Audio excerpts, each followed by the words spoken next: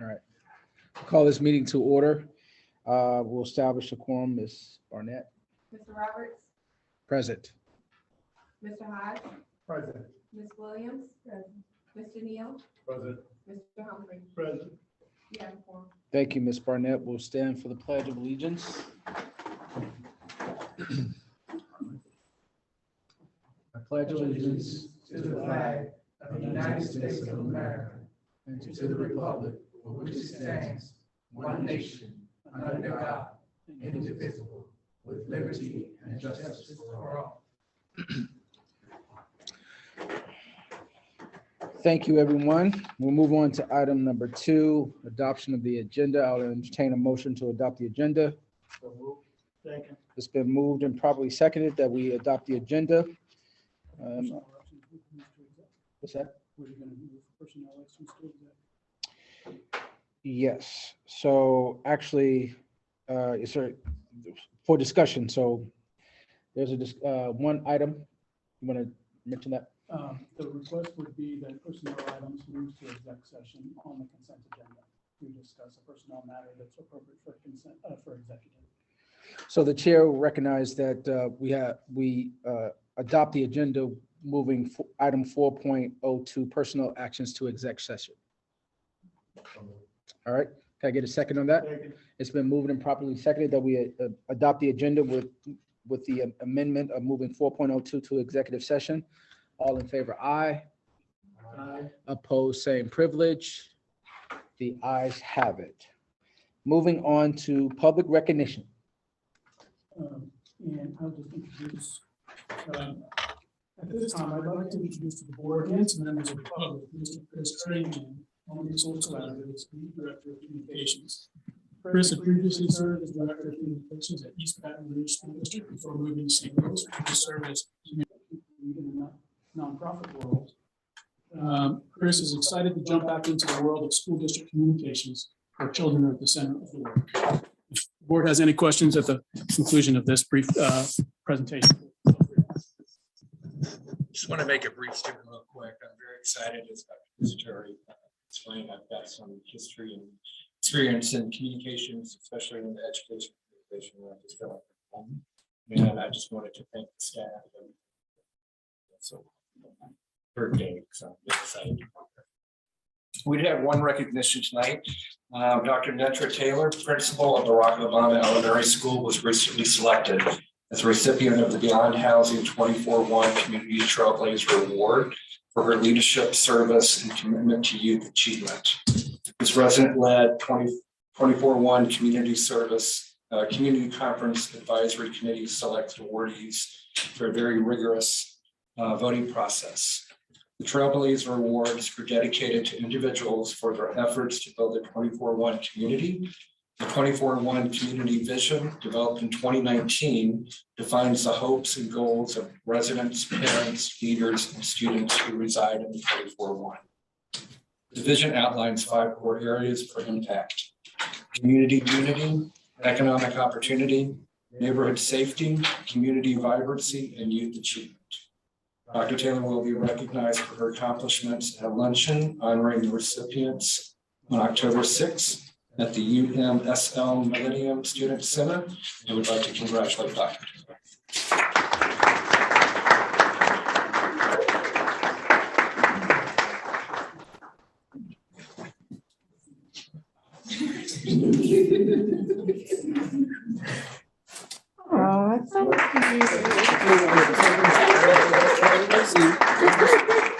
So, on behalf of the board, we wanted to make sure, we wanted to start to set a precedent that we want to give people their flowers while they're here. And you have demonstrated such resilience, such compassion, commitment, and excellence to the Normandy School community. And you've been an inspiration to other people, and hopefully they'll start to recognize, we'll recognize, and they'll get their flowers while they're here too. But while you're here, we want to give you your flowers. So on behalf of the board,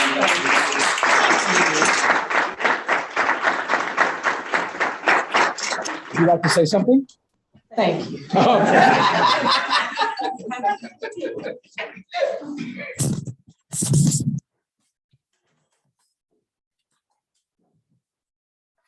Okay.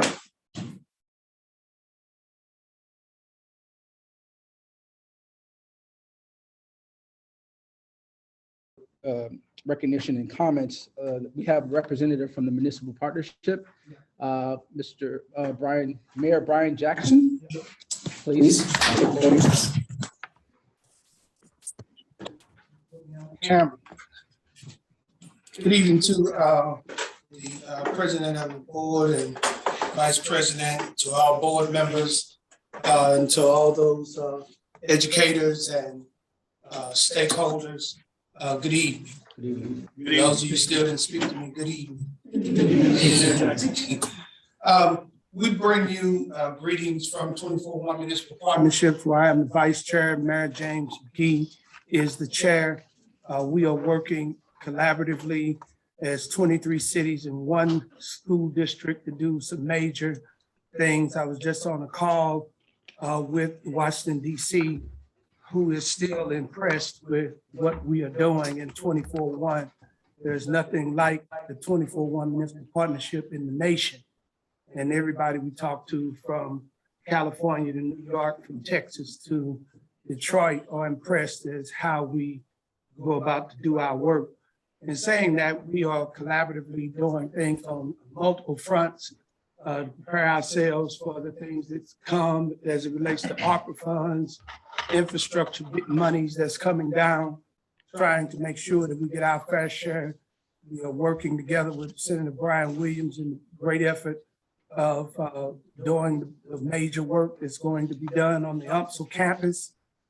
We fought to get help our Councilwoman Rita Day secure the 40 million that was needed. Senator Brian Williams fought to get the millions that he got from the state level, and we're still working to get more monies to make sure that that is a viable asset to this region.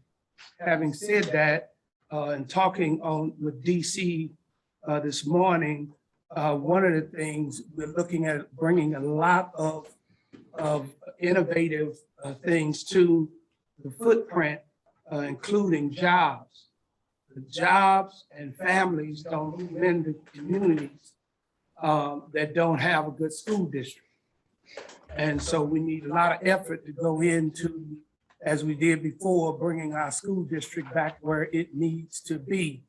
And that's going to take all of us. We're working together to collaboratively join with the district and getting ready for back to school and the superintendent push and all these other things that need to take place. We want to and have to and must have a part in it. We, as the education liaison of our mayoral task force, I am tasked with everything education. And so I do a lot of, well, simply put, I do a lot of nosing around to make sure I know what's going on. And I'll say this, and then I know I only have a few moments left. But Mayor McGee and I, he being a former investigator, and myself being, my background is in analytics. That's what I went to school for and those things. We get pretty nosy about a lot of things. And one thing about us that we want to remind this board and those who work with us is that within all of these buildings, within this building and all the school buildings, we have parents that are our constituents. We have their children, we have their grandchildren, their daughters and sons, they work, go to the district.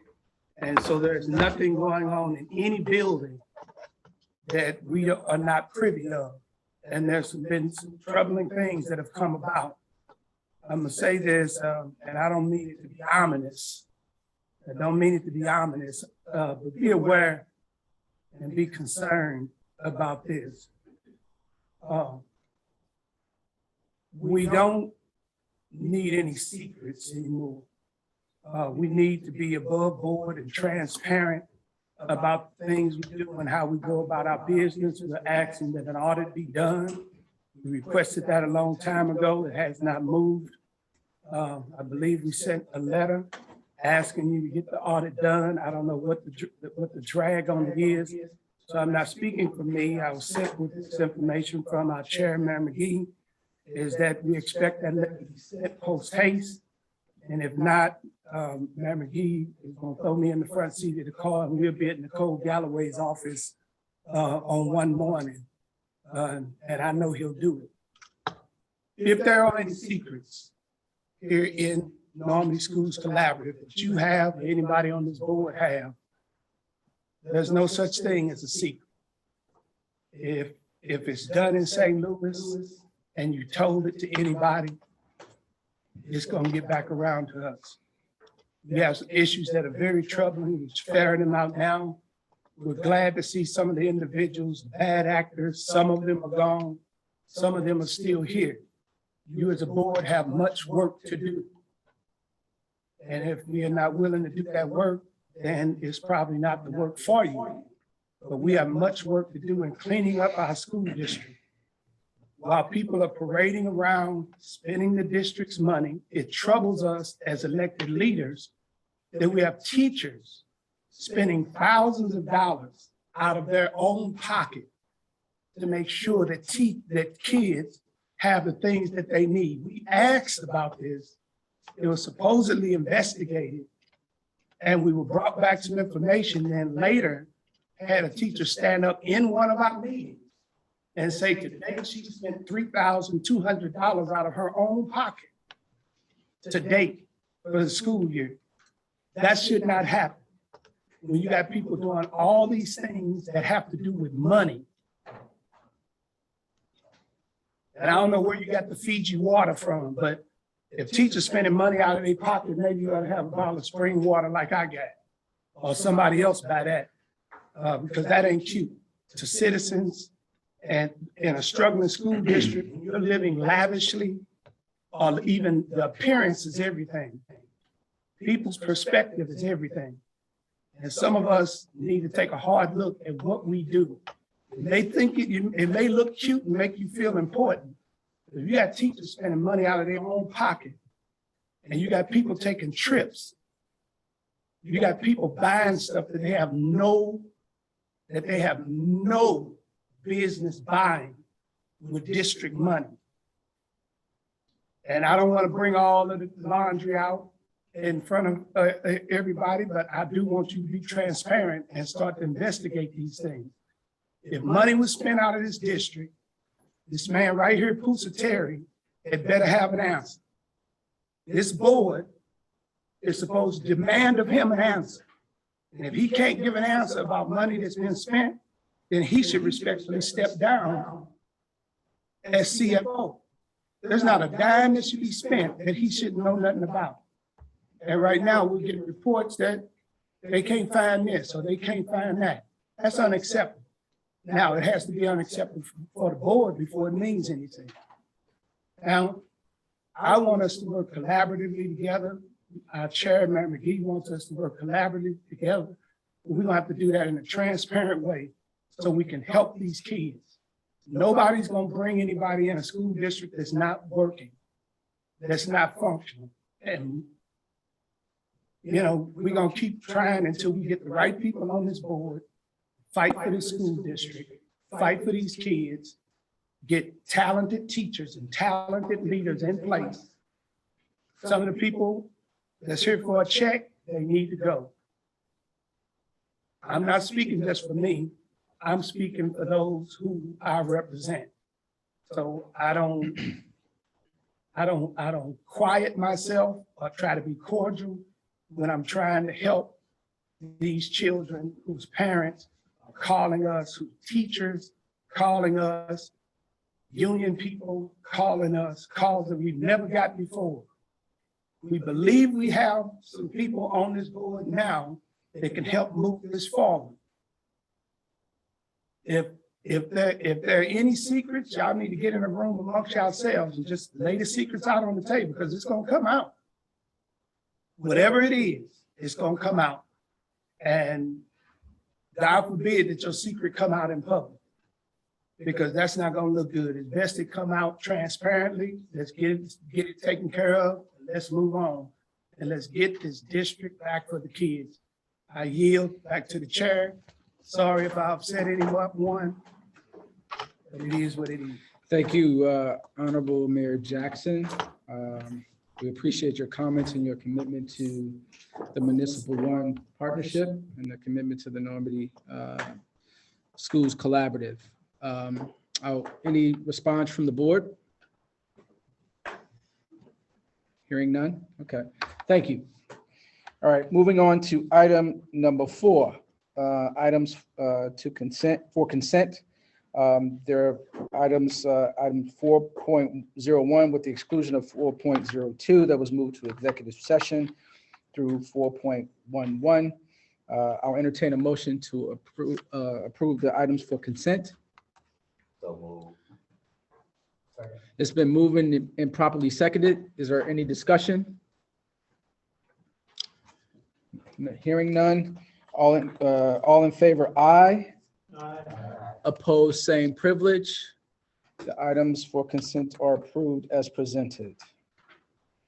Moving on to item number 6, items for action. Approve consultancy contract for college and career readiness.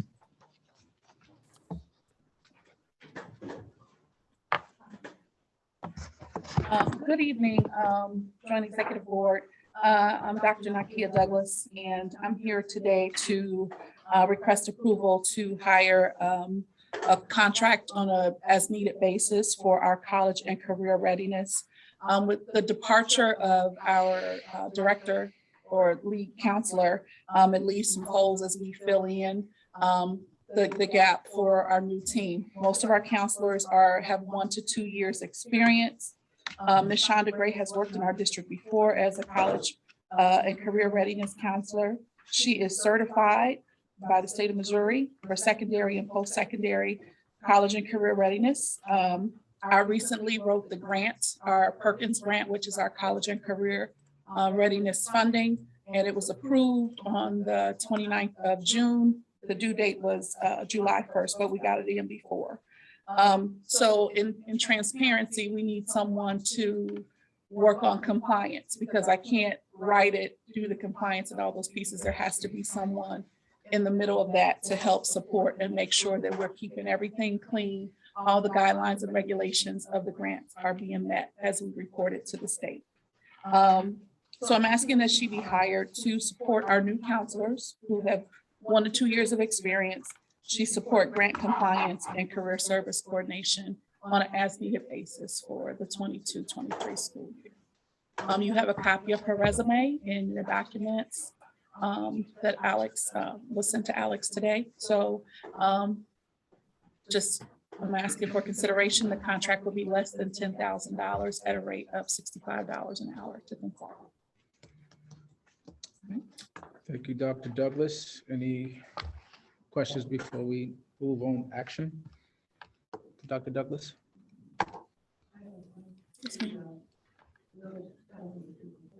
Is your mic on? No. Please, thank you. Neither is Kim. Okay. I know Shonda was here before. You said that the lead counselor has. Yes, our lead counselor at the high school resigned, and we are in the process of hiring. Of course, we are trying to hire. We still have 39 vacancies to date. That's one of them that we have at the high school. And it leaves a huge gap because there are guidelines and regulations that we really need to tighten up and have ready. And so I don't anticipate that we will need her a whole lot, but as needed, if there are special projects or things that we need her to oversee, like supporting grants compliance, then we need the support right now until we locate a director of guidance. Because Dr. Powell's not there anymore either. Dr. Powell is there, but Dr. Powell will have a full caseload of students that she will be working with. So some of the compliance things she cannot do. Has she been asked to do them? Well, If the this- lead counselor, if she were made, was the lead counselor doing those things before? The lead counselor was supporting some of that work and was making sure that the work was done. And Shonda did do some things for us pro bono last year to help when I asked her to look at grants and things like that, where she was not charging us to do that. Have we asked Dr. Powell? I can, ask Dr. Powell to do that work, but this was a position that was already paid for through the Perkins Grant. We also had the departure of Ms. Green, who was our coordinator for this, so she also left. So the two of them were basically doing the management of it, because the same person who's writing the documentation shouldn't be the person that's overseeing it. And the career and college readiness and Perkins grant pieces are a specialized piece of that work. So every counselor does not necessarily handle Perkins. Yeah, I think so. And I would assume that for all the counselors, the work is going to be difficult this year with all the vacancies and so forth. Okay. Any other questions or comments from the board? Okay, hearing none, I'll entertain a motion to approve the consultancy contract for college and career readiness. Ms. Shonda Gray. It's been moved and properly seconded that we approve the contract as presented. Discussion, I'm sure we had it already. Any discussion? Any more? All right, all in favor, aye. Aye. Opposed, same privilege. I abstain. We have one abstention, Ms. Williams. The ayes have it, so moved. Moving on to item 6.02, change of student interventionist role from 10 months to 11 months. Good evening. Good evening. I'm Dr. Harris, the Assistant Superintendent for Student Services. I am proposing that we add an additional $10,000 to the salary for the student interventionist. Previously, this position was submitted through special school district because of the disproportionate of number of students that have IEPs that are receiving out-of-school suspensions. The purpose of the position is to reduce the number of out-of-school suspensions for those students. Special school district reimbursed us for $68,000 for that person's salary.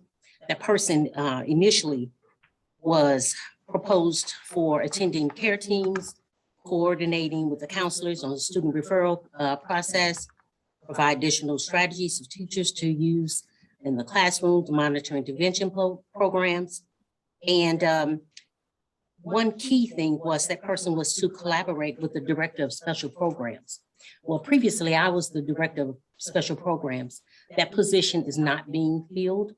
And as a support for me, I'm asking for additional funding, a contribution of $10,000 from our district to support that so that I can provide some additional work for her to do through my office to support me with the missing staff, which would be me, because the position I previously held is not being replaced.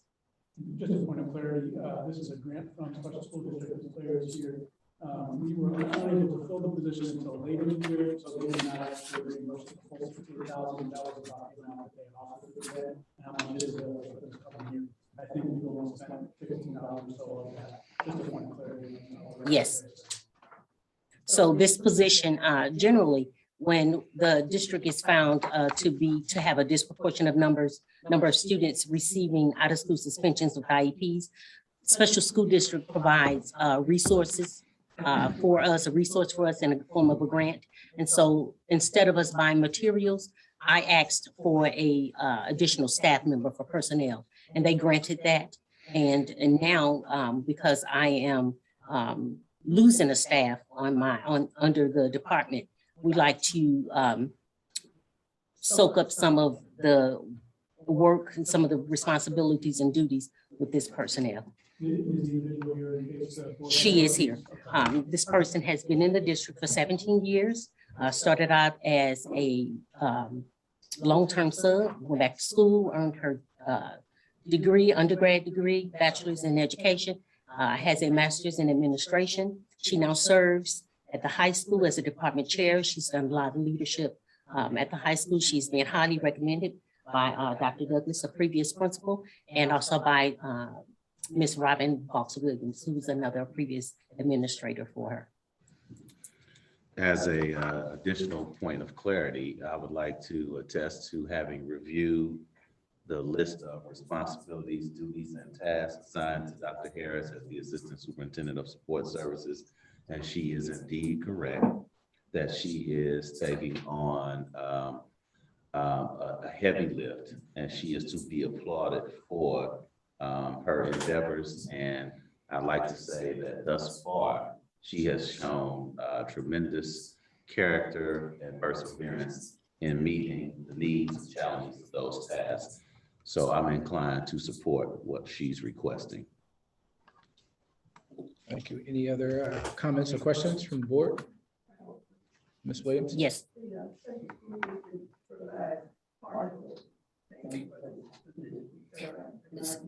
They would pay for full 10 months, and Dr. Harris is asking for the board to pay about 10,000 more to make it 11.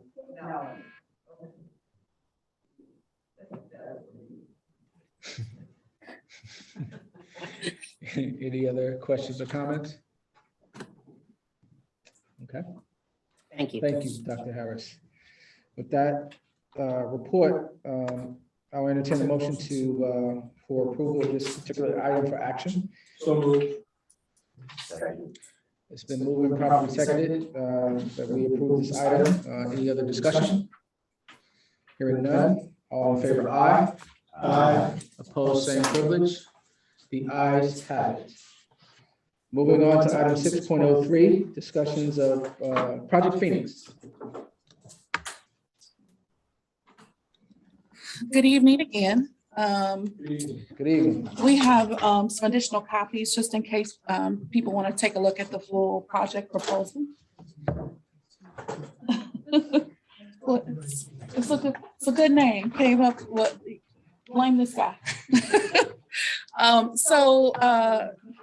Dr. Exley and Dr. Warren and I have had the pleasure of working together with the team to come up with what we think is the next phase and the next frontier of what we need to do as far as how we provide quality instruction to all of our students in the midst of a national teacher shortage. And so it has been our pleasure, like this has re-energized us.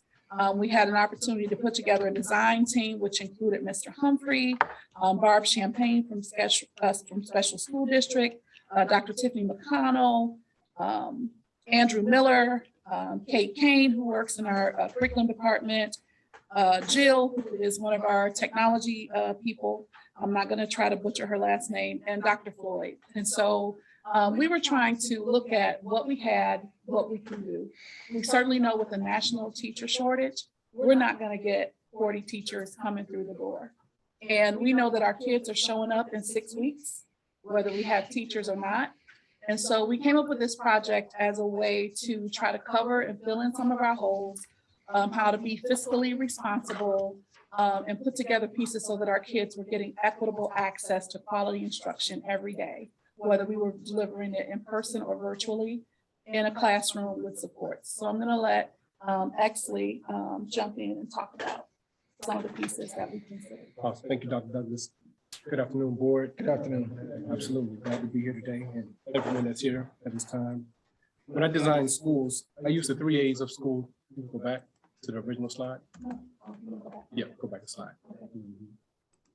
When I designed schools, I used the 3 A's of school transformation to ensure that all students receive the equity, access, and joy of teaching and learning that they deserve.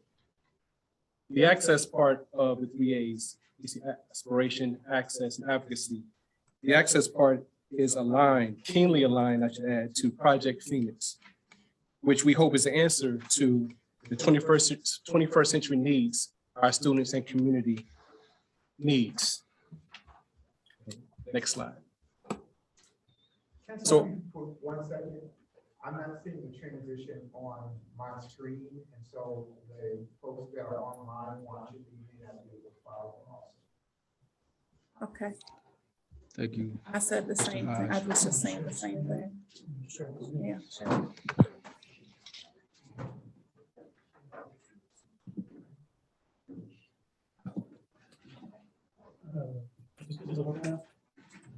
No. He needs to stop sharing. So Brandon, if you stop, I'll share from here. But do I have it though? I'm not sure I have this PowerPoint. So can you guys share it? You got the PowerPoint open already? No, this is my computer. Oh. It's not on board docs, is it? No. So maybe you just use your computer after all. Sorry. Send it to me.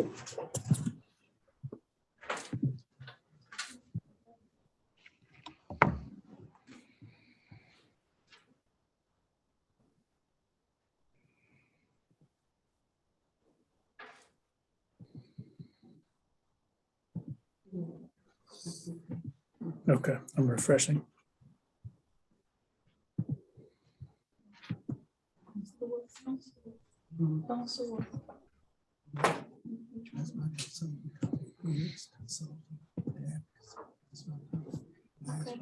There it is.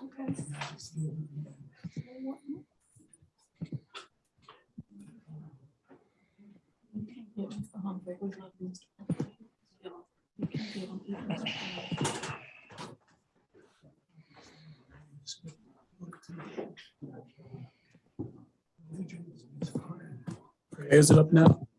Okay. It is. And you guys can use this button to go to the next slide. All right. Thank you. All right. No worries. All right, there we go. Sorry, guys. We really put a whole lot of time in, so we're excited. So just bear with us. So project teams, what's the rationale? What is the reason for this monumental change in work? You may not be aware or not that students are standing to lose $17 trillion in potential earnings. Like the majority of urban school districts across the nation, urban school. But that's due to the pandemic and the effects of the pandemic. Yeah, thank you for adding that. Yes. Due to the Okay. pandemic, $17 trillion, let that sink in for a second. Right? Like the majority of urban districts across the nation, Norman School Collaborative finds itself in crisis mode due to the national teacher shortage, which we've spoken to a few times already tonight. And we have a crisis in the lack of student growth and achievement that we've seen. And so those are two of the key components of what we're moving forward with this project. So Dr. Douglas and I believe this is an opportunity, a seminal moment to create a new normal in Normandy by embracing technology to facilitate student engagement. Project Phoenix will incorporate aspects of virtual learning into traditional in-person schooling in ways that boost student achievement and battles the inequities, not exacerbates them. Research has shown that there are many students that will actually prefer to learn remotely because of less stimuli, lack of social microaggressions, and ability to access classes they wouldn't be able to otherwise access. This was my experience when I was working in the Ferguson School District. There are also teachers out there who prefer to teach virtually, and that's a task of a workforce that we need to tap into as we try to move forward and think of different modalities to offer services to our kids. So that allows us to tap into that as well. And as Mr. Humphreys pushed us many times, now is the time for us to be innovative in our practices as we continue to harness the power of technology and virtual learning in order to make it practical and sustainable part of what we do every day in our district.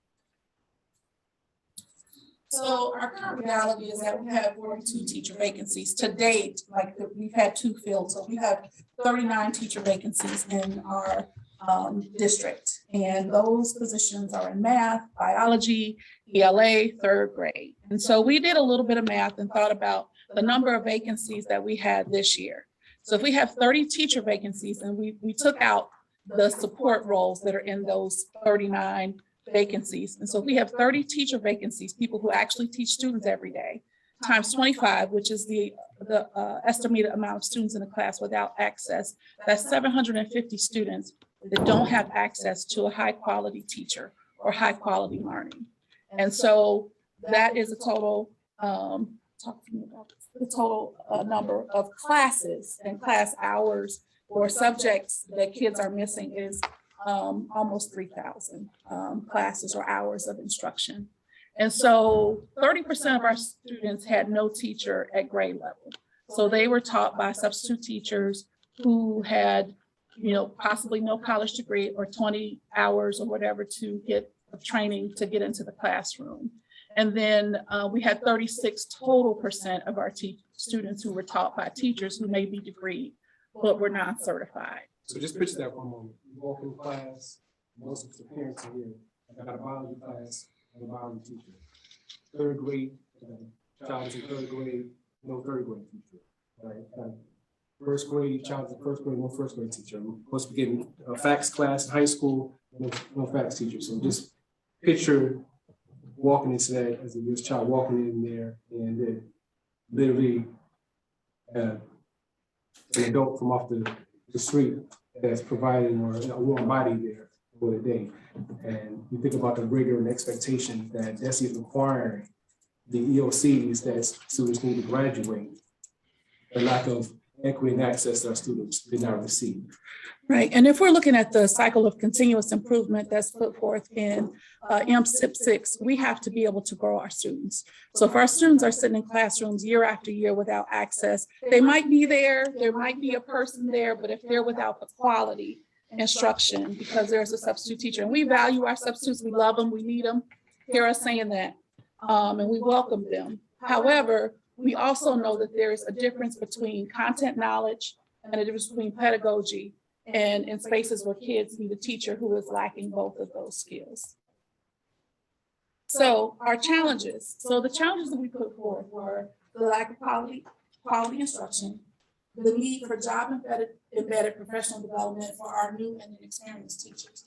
So even if you have a teacher, if they're newer and inexperienced or hold a temporary sub certificate, we still need, high quality professional development during the school day. It has to be job embedded in the moment so that we're training our teachers the right way. The national teaching shortage is an issue, and then the need for virtual or alternative methods of instructional delivery. And then we need to support our students with discipline issues. So this also speaks to that. And today I actually dug a little deeper into what we were spending. And so, so if you look at this slide, I had the opportunity to kind of do a little bit of money work and understand what we were spending.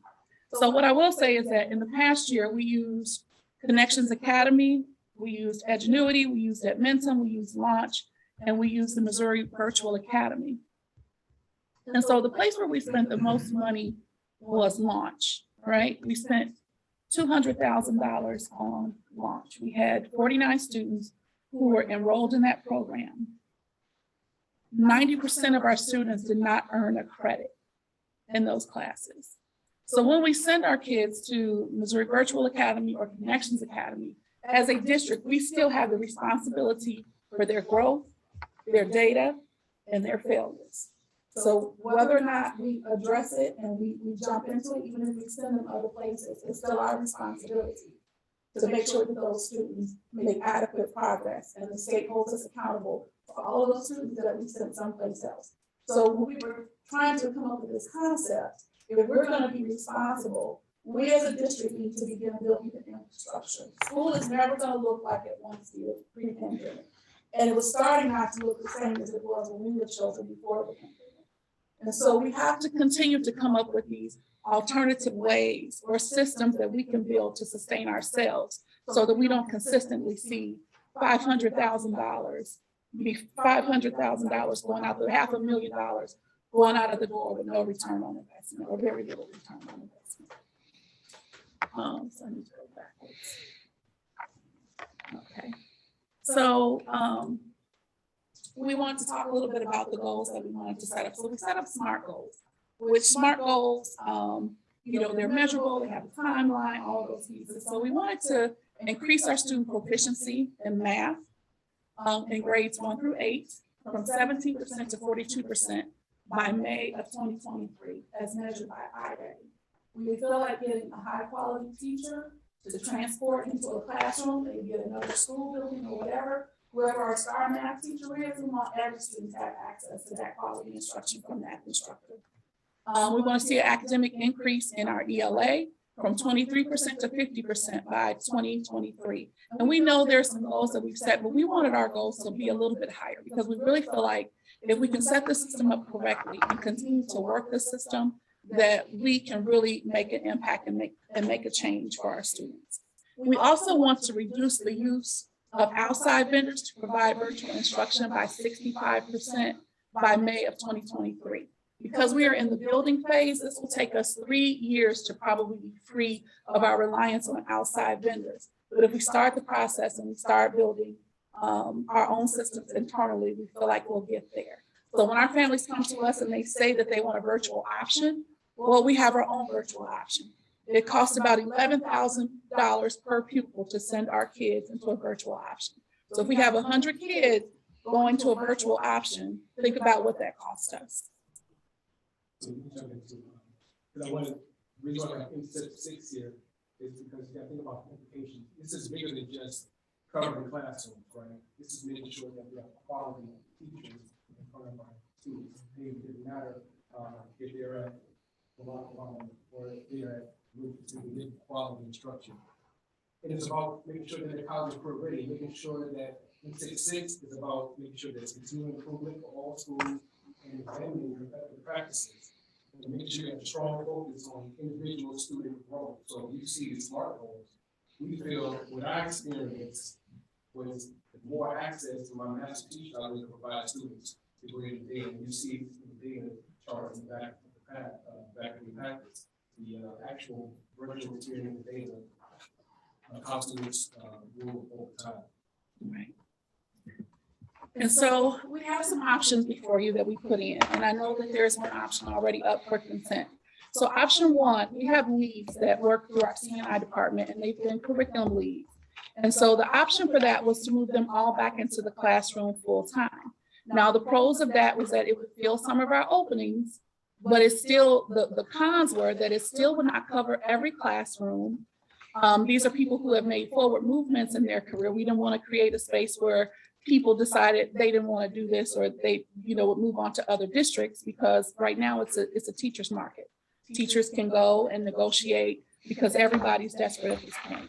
Option 4 was that we take 4 of the math leads, there are 8 math leads currently, and move those math leads back building based so that we have a math specialist, and take 4 of our literacy specialists, move them back to the building so that we have a reading and a literacy specialist at each building. I know that St. Louis Public is promoting on TV that they have a specialist at each building.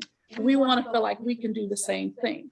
Those people will report to the building Monday through Thursday, work directly with teachers to support students. If we needed them to sub in, if we needed them to record lessons or do lessons and move them into other classrooms across our district, they would be there and be able to do that. On Friday, they would still be open to work with the C&I department and train across the district. The leads would be under the direction of the building principal for the time that they're in, for the bulk of their time. And so principals will have the flexibility, there will be the familiarity with the students and the staff. And when people are in the building, when they're working with you daily, you can make greater moves with people rather than just being someone who shows up randomly. Option 2 was the programs and services that we talked about that are very costly. We know that we're going to have some version of that. And what Project Phoenix looks at, it looks at all of these options, and we use all of these options on an as-needed basis. So as we need, purchase services, we look at them, but we look at what's cost effective. One of the things I also had an opportunity to do today with someone from the technology department is to look at where there's overlap in programming that we have. Like we have Edgenuity and we have Admentum. Why do we have both? They do exactly the same thing. So where are some places that we can trim the fat, save some money, save some time? We also would like the option of all of the lessons that are performed in real time would be recorded, and we could have them on a flipped classroom so students who are absent or don't have access, they don't lose instruction. This is also a solid program and a solid place to put our students who've had discipline issues, where they are still logging in, still receiving instruction day to day, not missing class instruction and all of the things, and still having, these gigantic holes in their learning when they return to us. And so we wanted to give you a little snippet, and I don't know how well the video will show across this, but of what a classroom looks like, where a teacher is teaching about 70 students in 3 different classrooms and communicating with all of them with a person who is supporting the learning in the classroom. So we still need our substitutes, we still need our novice teachers to be there, but we want to amp the level of quality that kids have access to.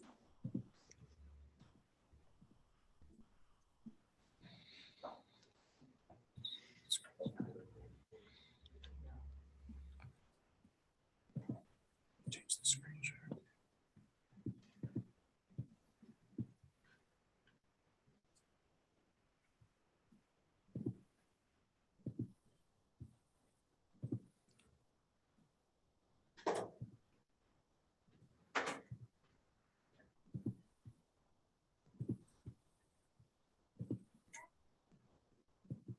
Before we start, I just want to say this is Miss Young, one of my master teachers that I hired 2 years ago. And I hired her specifically because I needed a strong math content teacher. I needed to make sure that all my students receive the best quality math instruction possible. So I let her know up front that we're going to be using our virtual tools. We're not going to let you switch classes, mask up and coronavirus. So you're going to stay put in your classroom. You're going to Zoom in. The other 3 teachers are going to basically proctor and participate. You'll be able to see it as 2-minute, 30 second clips. I just kind of want to give you some context of what you're going to see.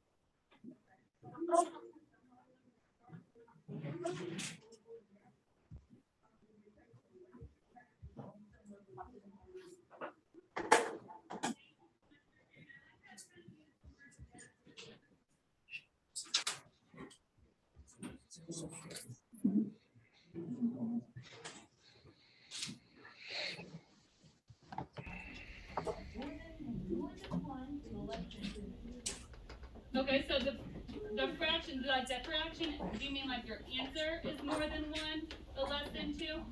He said yes. Okay, great. Thank you so much for sharing. So right now, you have another draw. Same rules apply. You can do it on your piece of paper, post a picture, or you can do it on the actual screen. So I know the volume was kind of low, but a couple things I wanted to notice. There was 2 teachers she was talking back and forth to.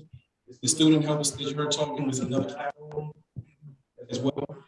So like Dr. Douglas says, the picture is like 7 students in the classroom at one time with the master teacher receiving instruction, right? And you can see so on the laptops, that's a Nearpod. That's something we already have in the whiteboard apps where they can see in real time what the students are doing. What the game changer was for us, and this is not something that was required across the district, this is something that was germane just to my school in Perkins, something that we really leaned into. And I said, hey guys, no one's the expert at teaching remotely. Let's get out there, let's get innovative, let's research.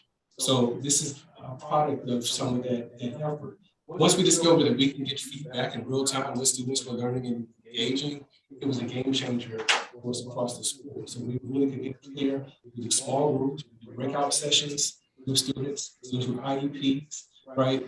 I felt more secure about how my students were going to perform at the end of the year based on the access the students were getting. And the teachers really team taught and participated when it was their time to teach. So that was the math lesson. So same thing happens for science. Ms. Culberson, she said, Ms. Culberson, I'm here from your class. So when it's time for science, they zoom into Ms. Culberson's class. And now Ms. Young is the proctor in her class, right? So that is a visual of what it can look like here. We want to scale it up. And just a personal note, when I heard my colleague Nitra, last year continue to talk about having teachers for 7th and 8th grade, and it bothered me inside deeply because I knew there's a way, and we just think about things differently, so I'm a little passionate about it because I lived it and I had some people who, of course, were naysayers and why are you doing that and will this work? And, it's about making sure students have access. And I really believe that this is the time to reimagine how we provide equity and access. When I got to Florida in 2016, we were provisionally accredited. When Dr. Davis brought me in from Chicago, 2 years we were accredited with distinction, and it's because we monitor data, we empower teachers, we got clear about what students needed. And Ms. Sheila asked me, the first question you asked me, Sheila, you remember when you met me?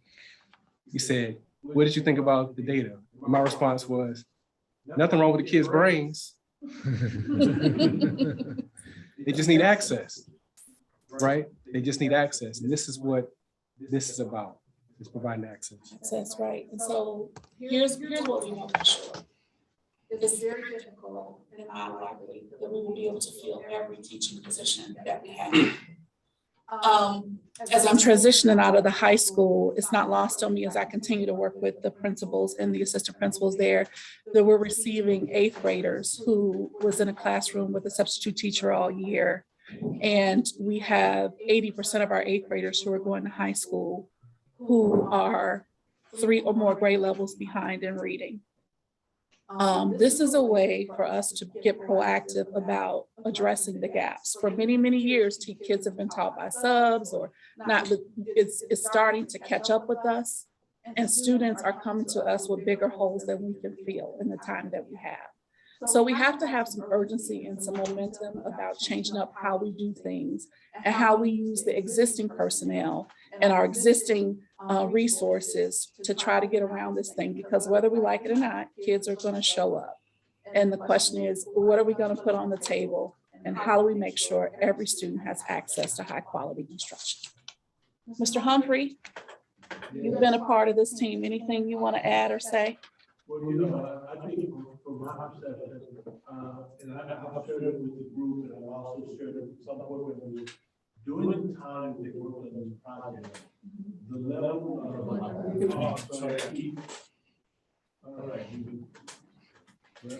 Access trainer.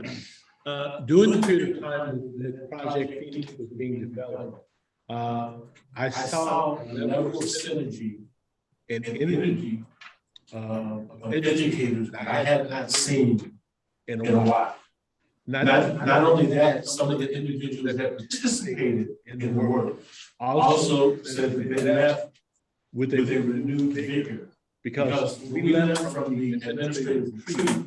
There were only 2 words that I carried with me out of the room, and that was sense of urgency. And so as they did the work, I continue to appreciate the sense of urgency. And I think the beauty of the Phoenix program is to identify all of the master teachers across the entire school district. And so when we begin to look at where the teacher vacancies are, they create that matrix in terms of what teachers are going to come up with classrooms. The whole goal of Phoenix is to put that quality certified instruction in front of kids. You'll still have the teacher of record, whether or not they're the substitute teacher or whoever the other person is, to make sure, that the grades are being recorded and all of that. But Phoenix, the project of Phoenix puts a laser-like focus on data around how kids will perform. And so I just appreciate the work that they did, because the turnaround time was phenomenal in terms of, because I was simply throwing ideas. What about this? What about this? What about this? And as I put things out, they simply massaged it and make it work. And what you have in front of you. Our board president didn't give us much time. Hey, at this point, it was a thing where we knew that there's a need, because as you so eloquently stated, kids show up in 6 weeks. What's the plan? And so I think what they put together is a viable plan. And it's worth putting our effort behind it, because I saw quality work in this, and I'm excited because I even looked at the data that was presented, and I showed I could see the level of growth between all the other schools in that district and the data just from that school that was actual virtual. So I think that when you talk about innovation, you know, you're not going to innovate unless you innovate. And I think we're right there. We're at the doorway to it now. We just gotta step in and get the work done. And we just want to add this, we need a lot of help. Like, we need all hands on deck to make this happen, because, you know, we've been digging and finding, you know, pieces of data and information, and it's been coming to us every day. We're going to need to have a heavy reliance on C&I. We're going to rely on Phil, you know, for his financial oversight. We're going to need to work with our technology people. We're going to need to do dry runs and all of those things to see how this works. And so we're going to need to get professional development done. And so that's what my urgency was. In 6 weeks, how do we have something better than what we have in front of our students? It's not going to be perfect yet, and we're not looking for perfection, but we want to get there. We feel like we can get there if we start thinking. If we start thinking this is the new way we have to do business. I would just say it's taken in the silos. I did this at the school level. If we want to scale it up, right, in the district level, definitely is doable. You know, set schools, right? But the people are in this room, you know, and it is just, like you said, C&I, tech people, Teachers, we need it. teacher, special education were part of it. So this is not an excellent kid. This is a cross. We had a whole team of people. Who say, hey, this is something. But now it's time to lean into this. I'm okay being comfortable. I've been uncomfortable for a long time. I kind of like my comfort, but I haven't really had it. So what unique results? You got to do unique things. Thank you, Dr. Warren. Thank you, Dr. Douglas, and William, for Mr. Humphrey, for what sounds like innovation, putting to the test so that it can really impact kids. So what is it, when I heard about it and I've been seeing the progress and excited about it, but what are you asking for us to move on today? Well, basically, after the presentation of the Phoenix project, we're asking the board to motion and approve them to continue the work. And they already know that if there's any fiscal implications, no money will be spent before it comes back to the board. The board clearly understands what it is and why they need it, because most of what we talked about during the development of the concept, we already had the staff in place. We already have the technology. Kids already have the computers. We already have an inventory of all the internet-based software that we're already paying for. So all we got to do is put the pieces together to create the project as it's been designed. So a lot of the expenses are already out in front of us. And so the only time that there would be an expense, as we understood it, is that especially at the high school where you have 14 teacher gaps, you may have to do some other kinds of things to cover the high school, but a lot of Phoenix and a lot of the vacancies that we're talking about instructionally are at the elemental level. And so this is designed to cover that. And the high school, it will have its own nuances around virtual, because see, to me, when you're talking about virtual at the high school, not only can you do teachers, but you can tap community colleges, you can tap other school districts. You know, you can tap, Professors on loan. Yeah, so there's lots of opportunity, because at the end of the day, all of the work we're doing, it actually goes back to a question that I asked in 2007, and that was about student ACT performance at the end of the road.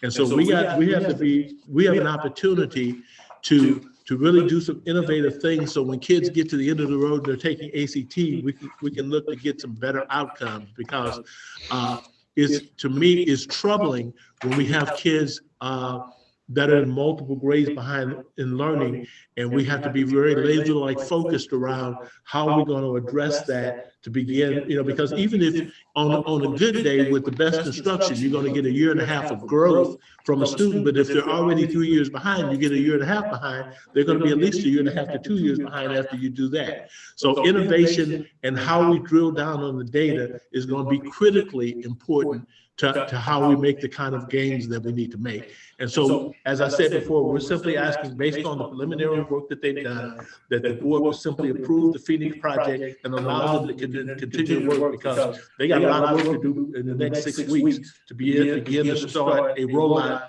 And we talked about a rollout, it may look like initially a Barack Obama and a Lucas Crossing to start out, you get the kinks out, and then you begin to expand it to the other areas. So right now, we just need the approval of the board so that the Phoenix project will have life breathed into it, and they can continue the very critical work that needs to be done on behalf of the kids. Okay. Any questions from the board members, comments? Ms. Williams? So not this deeply yet. We did dive into it at our retreat, and this came through out of the comments that we were hearing from my colleagues and myself, and we all said, we can't have another year like we had last year. And so they do some of the pieces they had talked about, putting the leads back, doing those pieces. But we wanted to kind of do some hybrids where we would maybe teach for 2 hours a day and still be able to do, someone would come back to the building and do kind of, yeah, right. I guess my only caution is, or maybe it's not a caution, but I would like to see a broader scale of people coming forward and say, we want to do this. Before we say, yeah, this is okay. We're a board. Okay? You guys, if I say, yeah, let's do it, okay, then that means you all gonna do it. Right? So then you could come back and say, well, the board said we can do it. I would rather the ask come from a broader group of people. This is my perspective. I think it's wonderful, don't get me wrong. I think it's great. And I think the biggest thing that's driving this work is sense of urgency, because the landscape of last year. Because if Phoenix is done well, teachers will get back their planning time, and they'll have additional preparation time to do the lessons that they can do. Because you had folks throughout the district, they lost that ability to do that type of planning, and so. I personally don't want to see it delayed. I do appreciate your comments, and I understand that, but at this point, it's to me, it's a critical need. I think what I'm hearing is that, there's an extreme sense of urgency all around, and I think that what I've seen is you put in the work to build a case for why we should start doing something like this. However, the sense of urgency does not obviate the need for collaboration. So I think what I'm hearing is just making sure that as much work as you put into the urgency of presenting the case and getting it done, put as much effort into collaboration and make sure that the folks that are going to be subject to this and utilize this tool has a buy-in. Right, I agree, because part of the collaboration was when they first started the Phoenix project. That's what, if you notice in the presentation, they pulled in the CNI people, the IT people, and all of those other people into the process. I just know that we have to have some kind of a viable solution to deal with the problems that we had last year. And so, collaboration is critical, because at the end of the day, everybody has to buy in in order for it to work. Sure, and just one more point in that, just to kind of piggyback on what Sheila said, Williams, in that we're in a terribly awkward position right now, but we have a tremendous opportunity. We're searching for a superintendent. We're building a framework so that we can invite the superintendent to come in and build a platform so Norman can be as excellent as it can be. We enjoy a board that we're collaborative, we're cohesive, we're sharp in our respective endeavors, and we're almost like a working board now because of the awkward situation. And Ms. Sheila is saying that we don't want to overstep our boundaries to usurp the authority of those who we expect to do the work. Right. And make sure the work is done. But yet still we're locking arms right now so that this can be done with a sense of urgency, and we can build a framework for us to move on to excellence in now, as one of my colleagues would say. So I think that, I think this program is very innovative, I like to work with it, and you put some data in here, some goals in here, and a measurable tool So come 2023, May 2023, you're gonna either meet or exceed goals, or you're gonna let us know why you did it. Absolutely. But I applaud you for your efforts. We thank you for your leadership in this, and basically you're asking us, the board, to just endorse, basically. To allow them to continue to Continue work. to work. All right. Any I other? got a comment. Yes.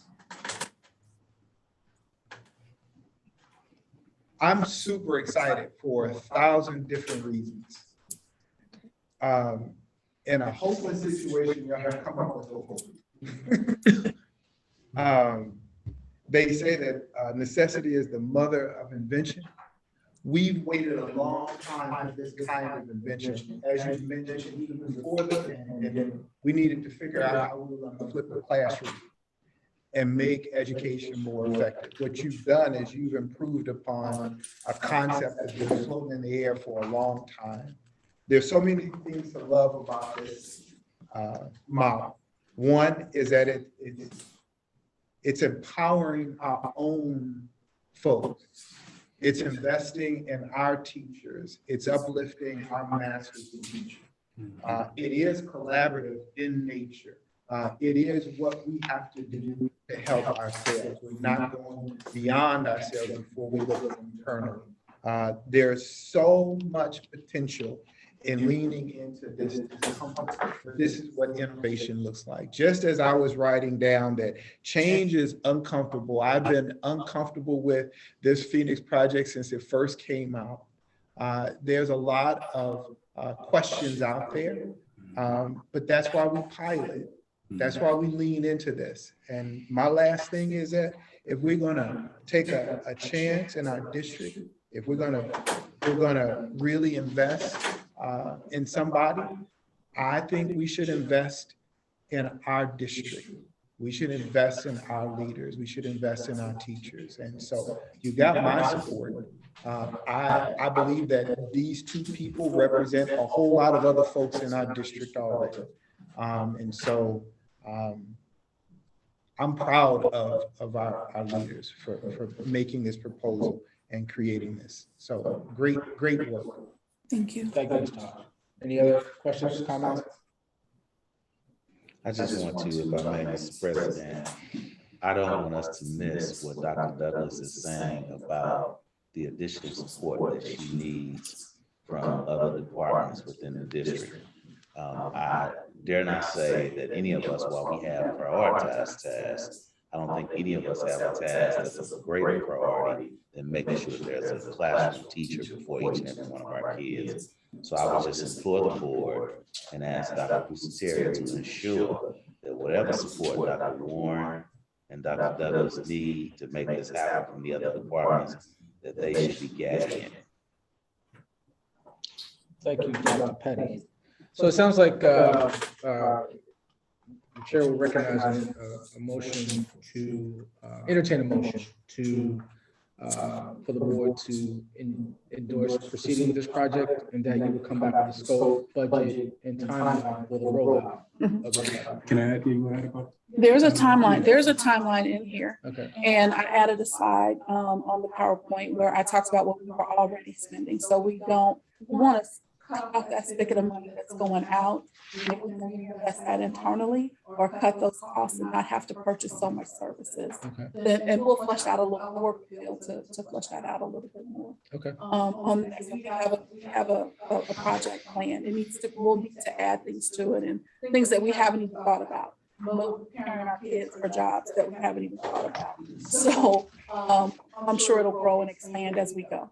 Okay. President, can I ask one more thing? Sure. Mr. Hodge. There's one thing missing from the presentation that I would love to see the next time that we're together, and that's our students' experience with this, to understand their voice in this. This is their education, and we want to hear their voices. I thought I did the surveys in here about how it's going.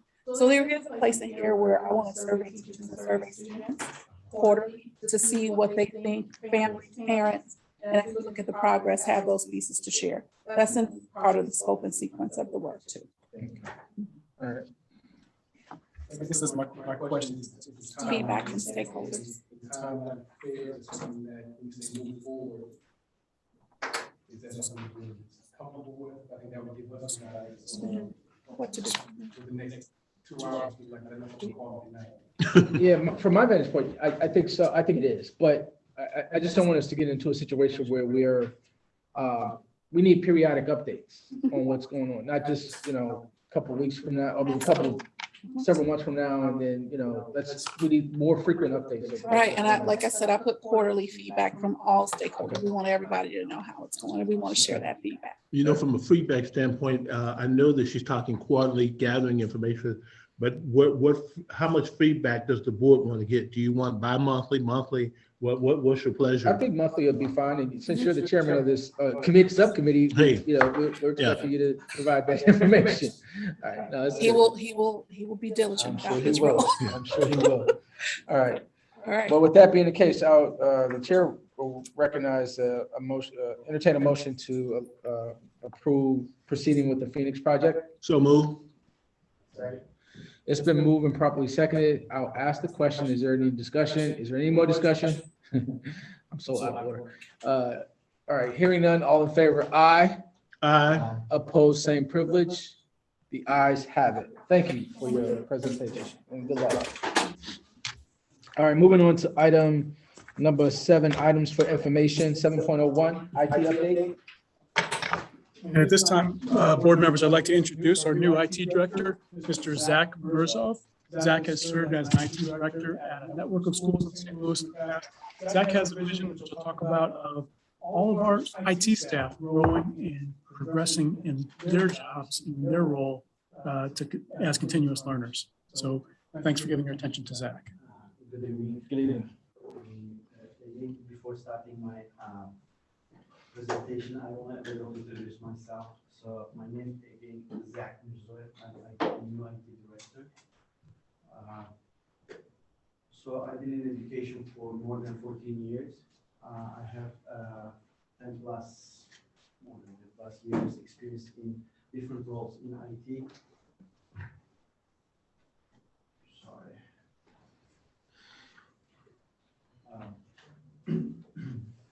And so I'm holding a bachelor degree in system administration and double master degree in computer science and education leadership. So I'm very excited to be able to bring my skills to this district.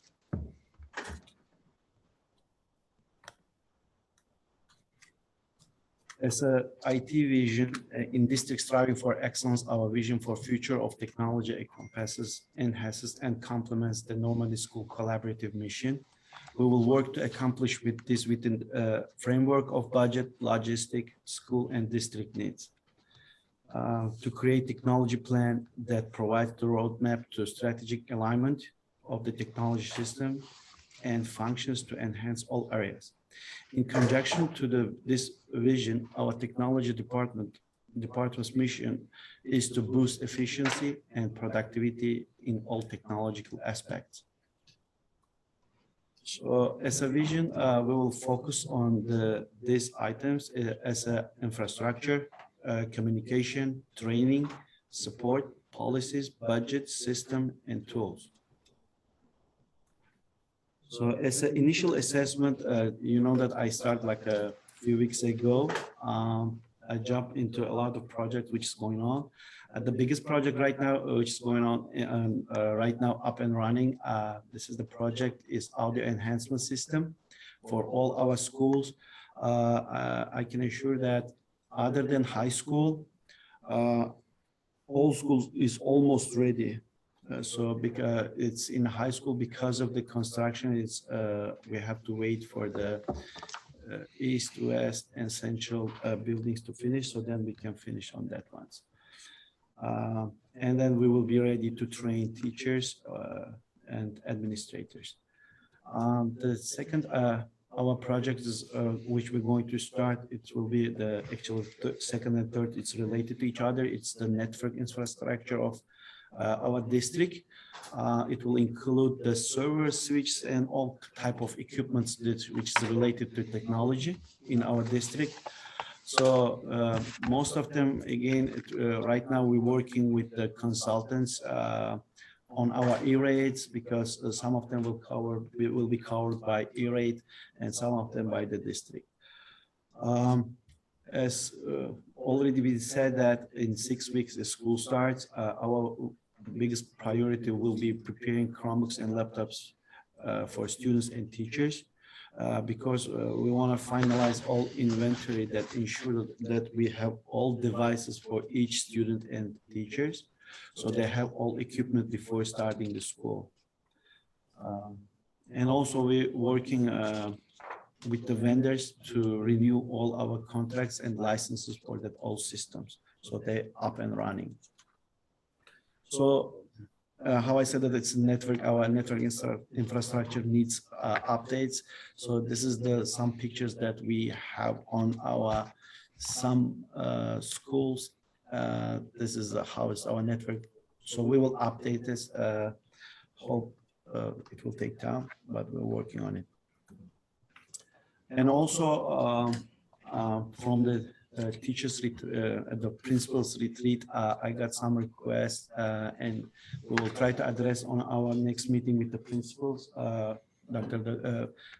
Terry and Dr. Douglas. We're going to set up meeting with the principals to address these issues. How can we solve and bring the solution to these issues? And these documents actually it's shared with you. You can see the all progress.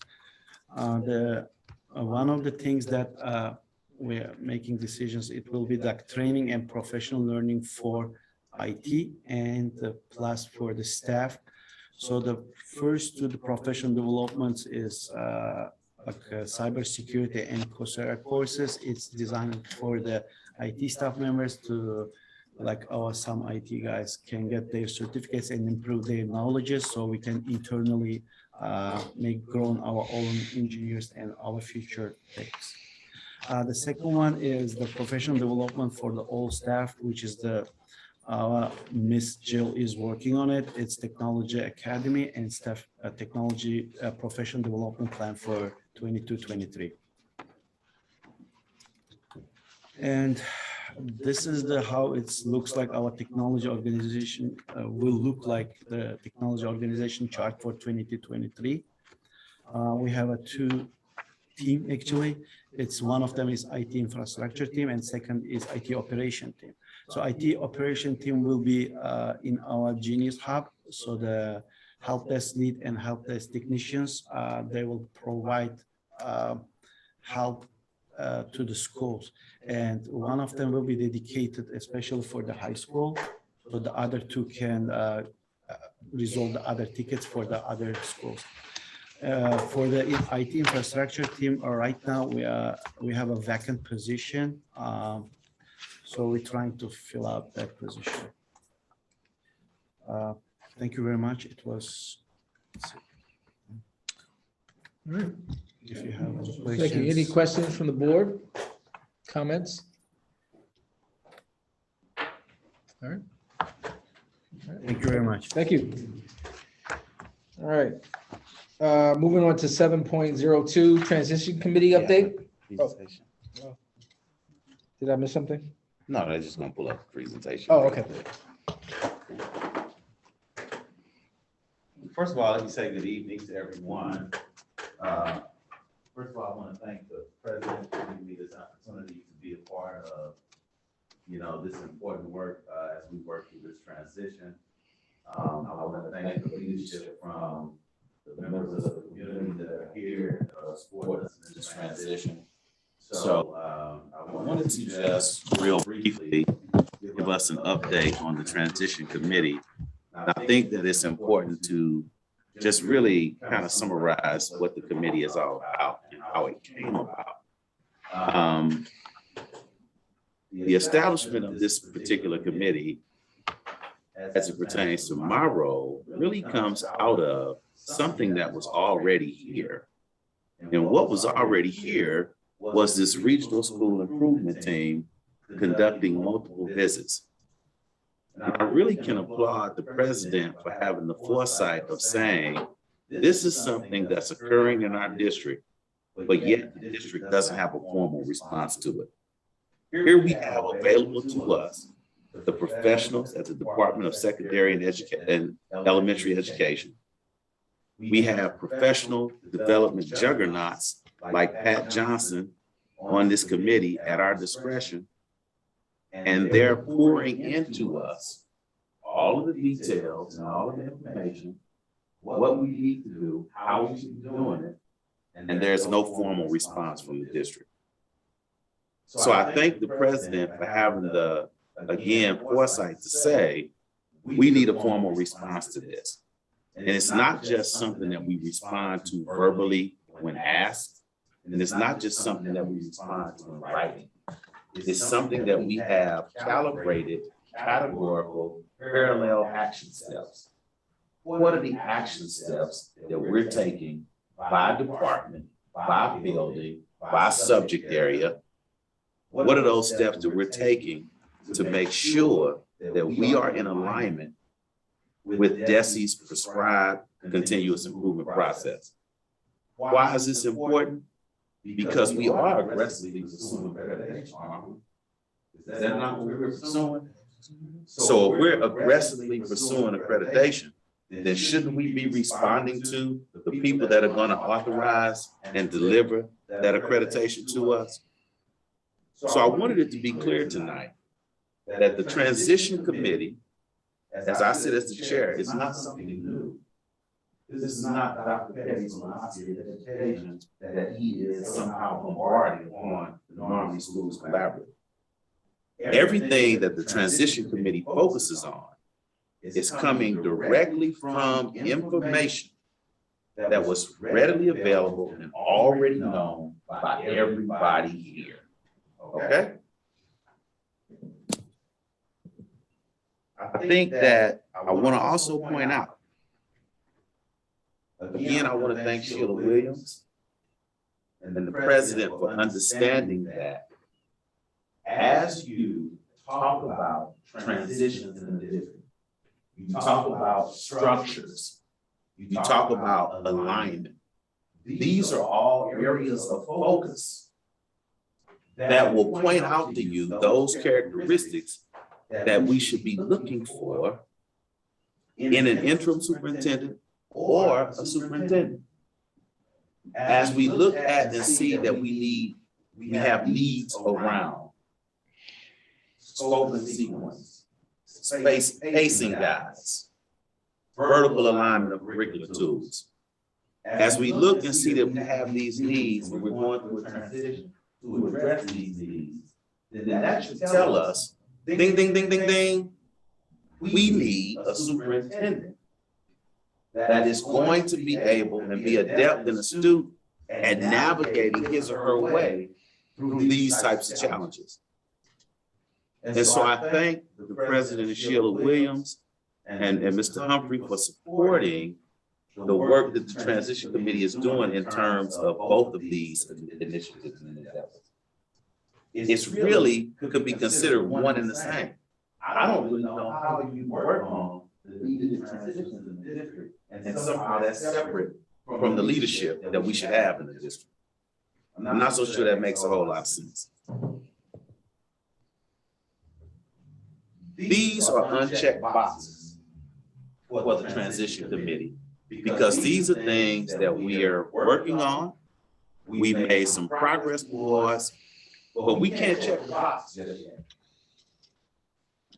And I want everybody here to know that when we talk about Normandy now, we don't want everybody to get in a hurry to check the box until problems, situations, and issues are actually resolved, until things are actually satisfied. And as we get into this presentation, you'll hear more about some of the things that the transition committee actually satisfied and resolved. So when you talk about these unchecked boxes, you need look any further than the last 3 or 4 audit visit reports. These are not observations that Dr. Petty came in because he has a personal angst against somebody. These are not observations that Dr. Petty came in and made because he's using this to make moves on a particular department or a particular individual. all of what the transition committee has been focusing on has already been addressed by people smarter than me. And people who have been a part of the district at a critical time and for a particular period of time. That's already been there. So if you want to talk about district and building leadership, being more accountable for academic gains, that's an observation that's already been made. Under the president's leadership, I'm just charged to see what are those parallel action steps that we can take to make sure that that's happening and that we're moving in that direction. Internal and external relational capacity, addressing culture and climate. One of the most alarming things that was recorded in the report was the draft talking about our attitude towards the state and their visit. It was described as being hostile and attitudinal towards the state and towards the visit. Conducting these observations. These are the people that are charged with determining whether or not we're accredited. I don't think it makes a whole lot of sense for us to be described as being hostile towards that body that is reporting to Commissioner Van Diemen. So a lot of what we've done with the committee is to talk about our climate and our culture. And we've addressed some things. We've made some efforts to right some wrongs. We've talked about some processes and procedures that should be objective and not subjective.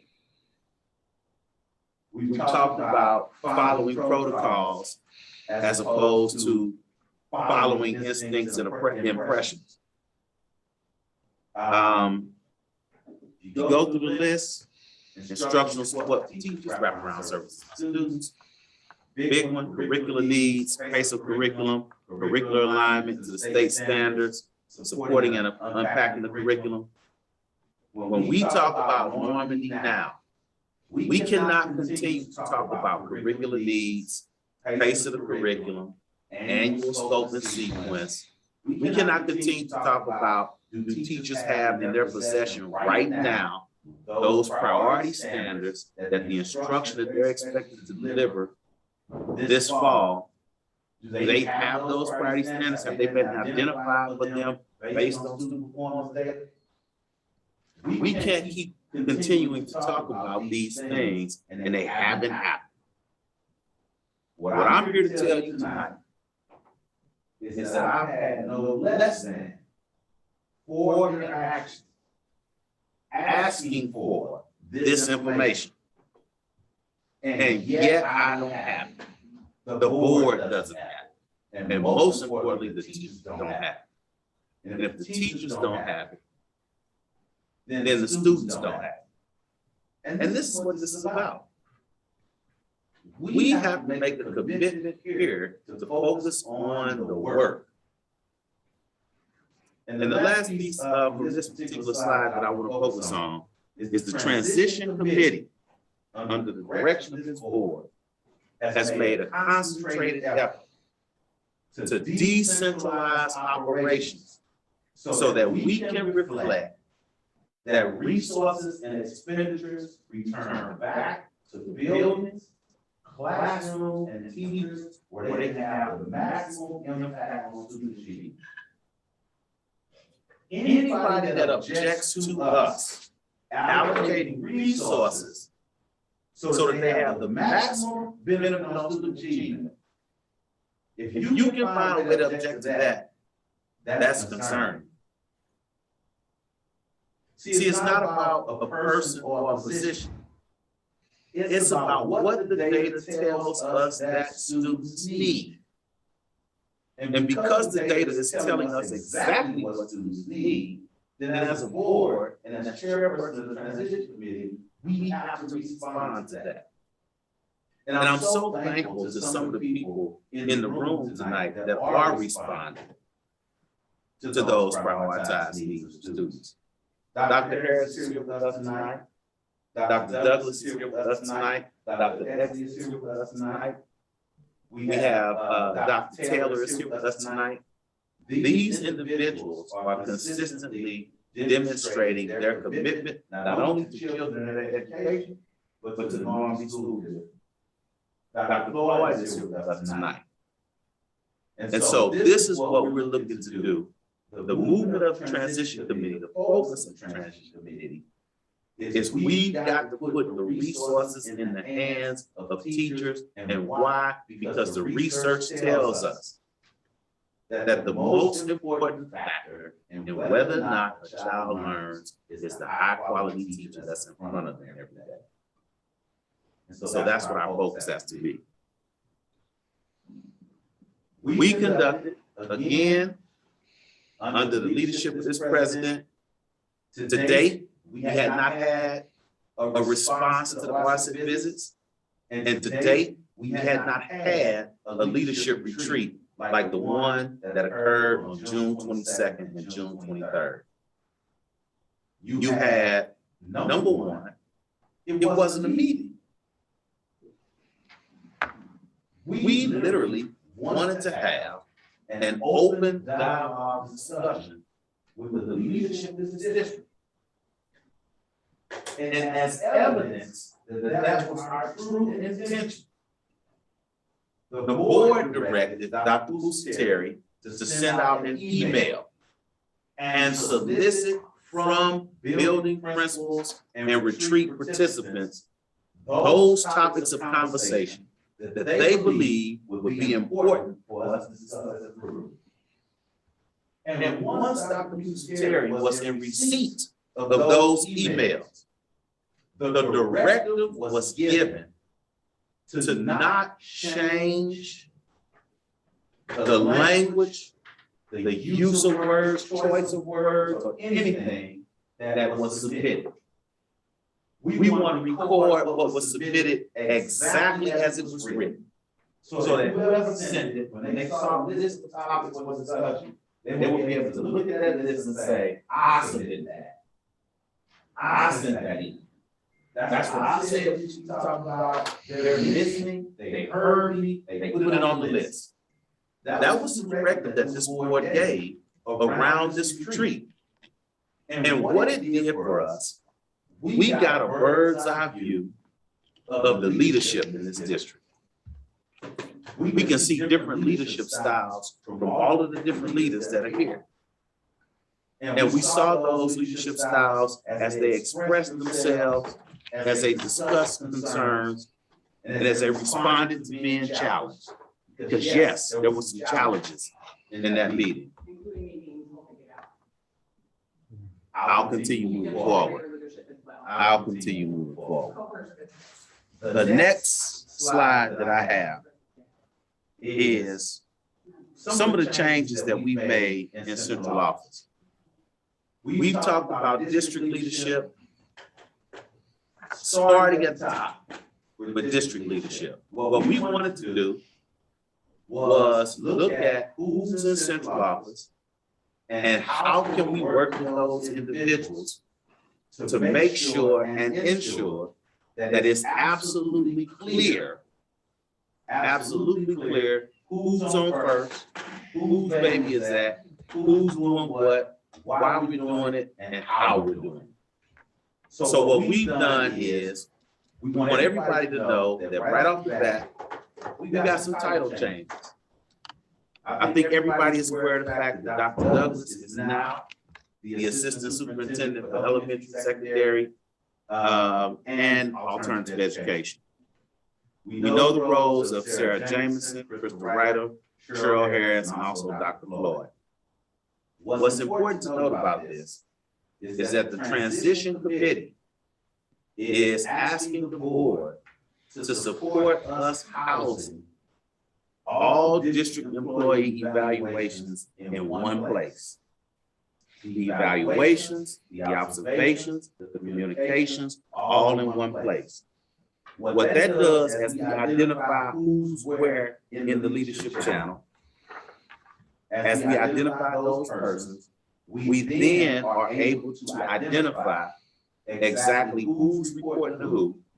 And at any given point, when the board is called upon to make a decision about whether or not someone separates or leaves this organization or is promoted in this organization, the board will then be able to access who their supervisor is. The board will be able to access their observations and evaluations and so forth, so that the board can make an informed decision. And that's why it's important for us to have this information housed in one place. And in particular, we've had concerns around teacher evaluation and also around administrative evaluation. So part of the work of the transition committee is to make sure that those concerns don't continue and that they're addressed in an organized way. So tomorrow, we will all have a meeting where we will begin to fill in an organizational chart, where everybody can see who's reporting to who, and it will be a community in such that as long as you have the same level of provisions, you'll be able to, in essence, see what your colleagues are doing and see how you're measuring up. Say, for example, if one principal is observing teachers twice a month, you're able, and another principal may be observing them maybe bi-monthly. But being able to go in and see that level of frequency creates the opportunity for us to have some real oversight and collaboration to say, hey, maybe there's something to bi-weekly observations as opposed to bi-monthly. Maybe I need to step up and do what my colleagues are doing. Just that availability to see that. So we think that that information is going to be key for us moving forward. A couple more things and I'm done. Redirecting the resources back to teachers and classrooms. One of the things that we're particularly proud about in terms of redirecting the resources back to the classrooms, Dr. Douglas is right. She did talk about St. Louis Public Schools running that commercial, saying in every building they have a reading specialist. So we expect to be competitive in the region, knowing that our enrollment has dropped, by 700-800 kids here in the last school year or two. If we expect to be viable and compete, then we need to be on par with them. So what we're doing is looking at placing those reading leads and math lead in 4 of our buildings so that we can be competitive. And again, as Dr. Douglas has already stated, those individuals will report to the building principals. And we think that that's key. And we think that that's key, number one, because that's what we heard from the principal. We heard from the principal that it would be beneficial if these individuals were reporting to them as everybody else in their building does. And what's even more beneficial about it is what we talked about earlier, the relational capacity. Part of the reason why when individuals go into a building to try and substitute teach is unsuccessful because they don't have relationships with the children and they don't have relationships with the teachers. If you're in the building every day, you get to know them, you see them on morning duty, you see them passing by lunch duty, then now you're able to begin to establish that cooperative rapport. So that if you step into a classroom or if you pull a young man or a young lady to the side, they know who you are, they know you're a person of authority in the building, and they'll respond to you appropriately. We need people in those buildings who know where the teachers are in the annual scope and sequence. Where are the teachers in terms of what use of instructional strategies are they employing to deliver content on a particular topic? What particular instructional delivery methods are they using? And if you're in the building, you'll know these things, and therefore you're able to step in and better support. You'll know those professional learning deficits that teachers have, but also students as well. So now your role is enhanced to deliver the support that our classroom needs. None of this is rocket science, it's just straight out common sense. That's all the transition committee wants to bring is the common sense of that. We want to talk a little bit about wraparound services because one of the things that was noted in the most recent OSIT visit report, it talked about a lack of structure at the high school.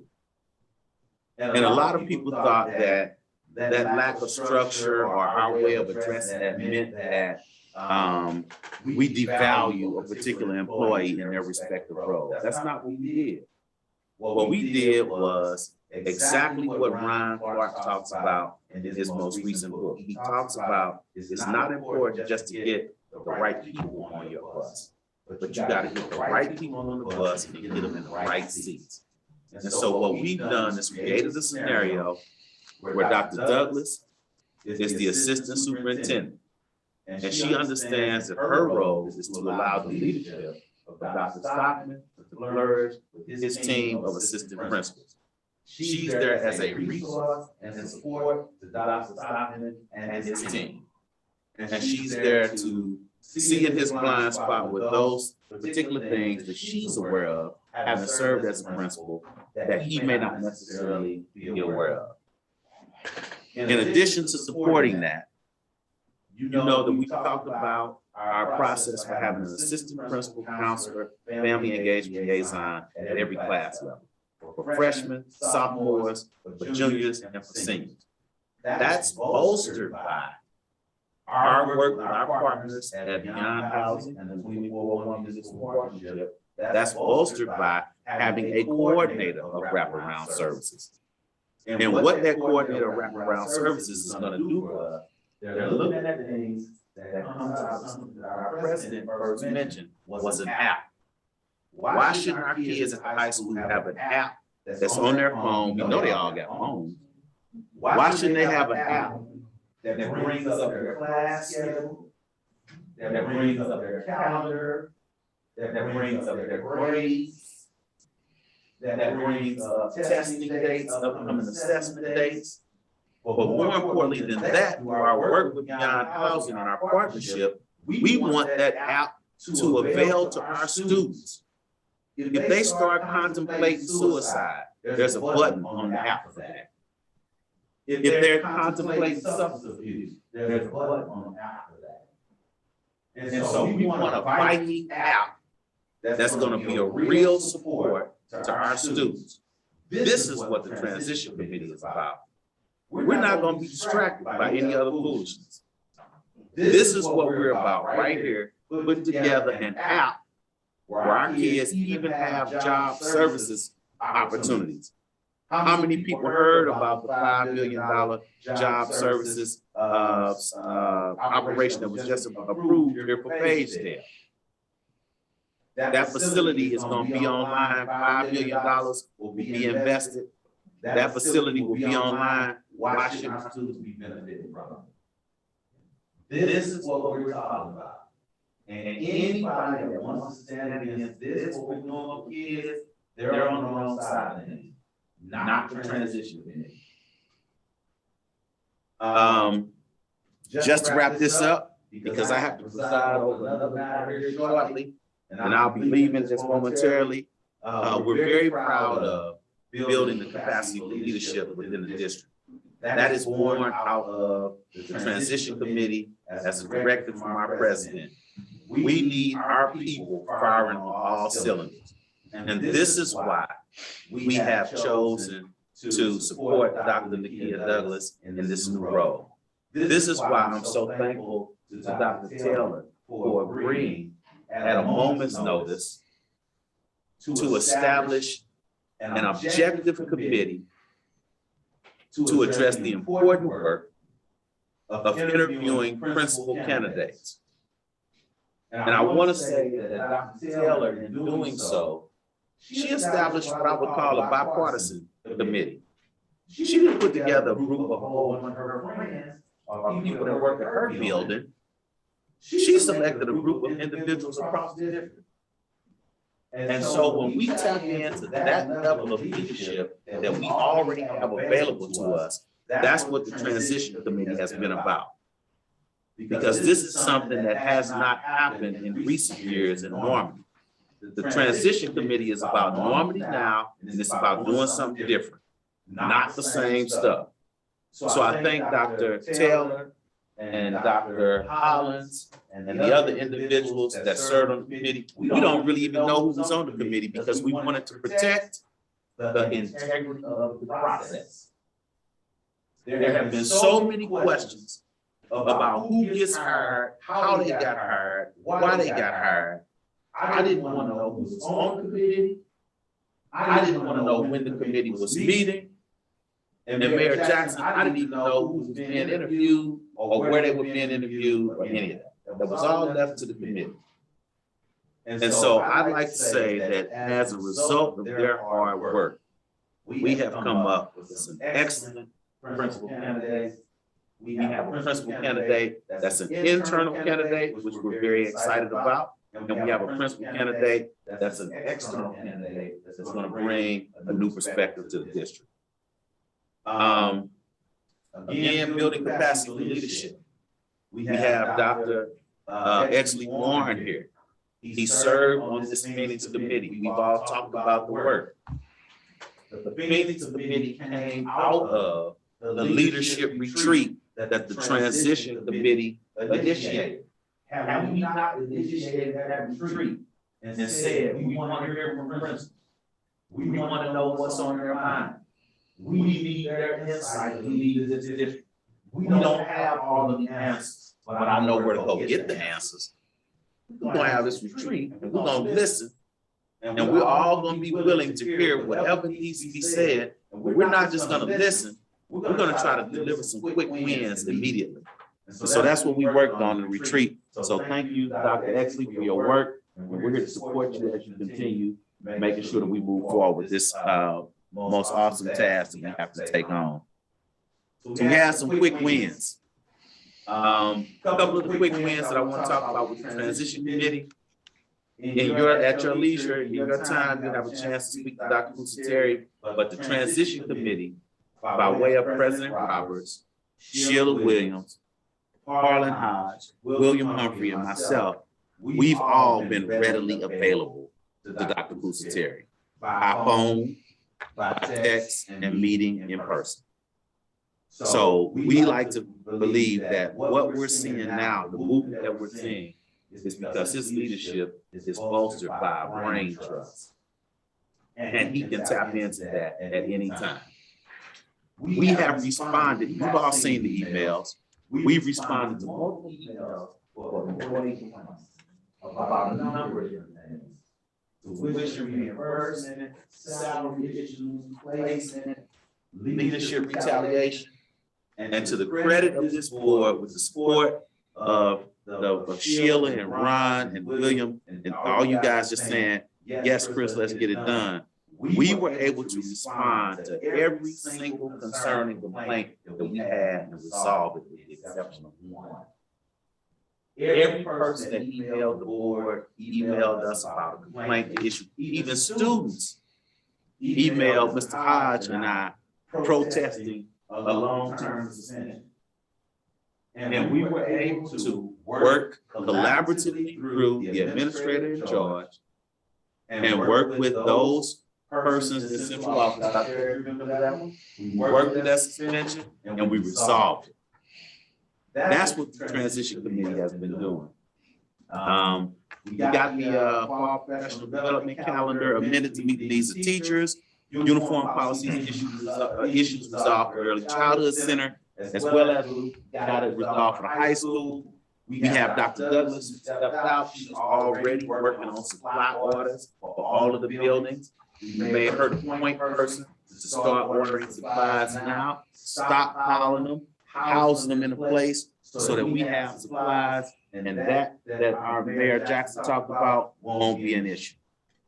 She's already ordered supplies. The transition committee issued the directive to reach out to principals and ask principals for the supply list that they send home with kids or that they send out to parents before the school year starts. And those basic general supply items, pencils, crayons, notebook paper, all those general things, let's just go ahead and order it. Let's just do that for our students and our families. So Dr. Douglas is handling that. I want to applaud Dr. Harris because, see, here's the thing about the transition team. The transition team, much to some folks' surprise, is not just Dr. Petty. The transition team includes a lot of individuals who are committed to this work, committed to this district. I was able to reach out to Dr. Harris and make sure that she's working on the professional development needed for those individuals in the Norman School District that take attendance. We know that we've had priority issues around attendance. That too came out of the leadership retreat. Dr. Harris is on it. She's taking care of that. That's already happening. She's already sent an email to that effect. You can talk to Phil. We had some conversations about some tax revenues. And I said, hey, Phil, let's not go with 75,000. Let's go for 100,000 over 5 years. And between Phil and I working together, being willing to push the envelope for the students and families of Normandy, we got that money. We got those tax revenues on 2 separate occasions. This is what your transition committee has been doing. We have been doing this work on behalf of students and families of this district, and I'm so appreciative of all of the individuals that have been involved. I want to thank Sarah Jameson. She stepped out for a moment, but what Sarah did was, out of the retreat, this is how valuable that retreat was. Out of the retreat, it came up that we needed a cheat sheet for human resources so that we can recruit teachers. One of our teachers and our assistant principals, Wayne Martin Foster, brought that up. We talked about it in the retreat. A few days later, Sarah delivered that. And so now that's in the possession. We have people recruiting teachers. I know that Dr. Stockton reached out to several colleges and universities and was able to establish 2 or 3 interviews to fill some of the vacancies. That cheat sheet helps. Sheila Williams is working on the MCAC College Advisor at the high school. It was a position that we lost. Here's the thing about the transition committee. We're not going to waste a lot of time talking about why we lost that advisor. Whose fault was it? Who looked at the blame? We're not wasting a lot of time on that. Well, what we decided to do was, Sheila, what can we do to call and put this thing back together? So I'm calling, Sheila's calling, Bill is calling, and then we all had to say, let's get out of each other's way. Sheila's going to be the point person on this. Sheila, you handle this and take care of this. This is the type of work that we've been doing. And the last thing that I want to say is that we're working on the 100th commencement ceremony for the Norman School District. And I want to say, while Mayor Jackson is here, one of the pieces for that commencement ceremony is we're asking every mayor of the 24-1 partnership of the 24 municipalities, we're asking every mayor to be escorted into that commencement ceremony by a high school junior with the city's flag. We want every city to have their flag. We want the juniors to be involved in that high school graduation ceremony, because we want to promote high school graduation, we want to promote college and career readiness. So we're going to start getting underclassmen involved in the graduation ceremony. And for what this 100th ceremony, what we're going to do is we're going to have every mayor from the 24-1 partnership escorted in by a junior. And then that junior and the mayor that will come in with the junior carrying the city's flag. And so we invite all of you to bring your ideas and whatnot for the 100th commencement ceremony. It's going to be grand. It's going to be something that we all can be proud of. So I want to again thank the president for allowing me to participate in this community, this committee. I want to thank all of you for all of the support. There's been so much support all throughout the room. I appreciate it. I apologize because I'm presiding over some other matters and I'll be leaving, but I am available by email and phone if anybody has any questions. But I'm definitely going to pack my things up and I'm on the way out. So thank you all very much. Drop the mic. Thank you, Dr. Petty. I have to make exit. I have to get ready for my nephew's funeral in the morning. That was my nephew, Damian Baker, one of the kids. So we'll be at that funeral on tomorrow morning. But I do want to say to the chair and to the rest of the board, as I make my exit, we have gotten a lot of calls from teachers who were once a part of this district who now there's some of them are waiting, and then we have teacher charges, but some of them are waiting to see what we're gonna do in the superintendent's area, because they're looking to come back to normal. So some of those teachers, you know, all of them you don't need back, but some of them were really good teachers that left her, but they want to see what the superintendent is gonna look like. And that's understandable, because that's who they're gonna be under. But they are looking to come back to our district. And so I think that once you guys do your work and get somebody who talked to some talented individuals, they'll be possibly coming before you. But I think once they see that, I think some of our teachers will come back. And some of our workers that we need in this district, they were talented. They were talented people when they were here. I mean, I didn't hear anything bad about them. If somebody said some, I mean, the ones that gone, that should be gone, that's different. I'm talking about those talented teachers that are gone. Michelle Williams, she knows some of them. They're looking to come back to our district. And you guys, what you're doing now, being progressive and innovative, I believe is going to cause them to want to come back.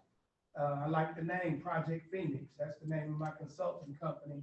I believe I talked to William Humphrey about the name of my consulting company. No. I think I'm about to call my attorney. I think I'm about to call my attorney. But I am the owner of Phoenix Consulting Advocacy and Marketing. It's been 5 years I've been that in my name. I just, you know, made the LLC a couple, 2-3 years ago. But a lot of the work that I do is pro bono. Right now, I'm working on raising thousands of dollars for kids to give away.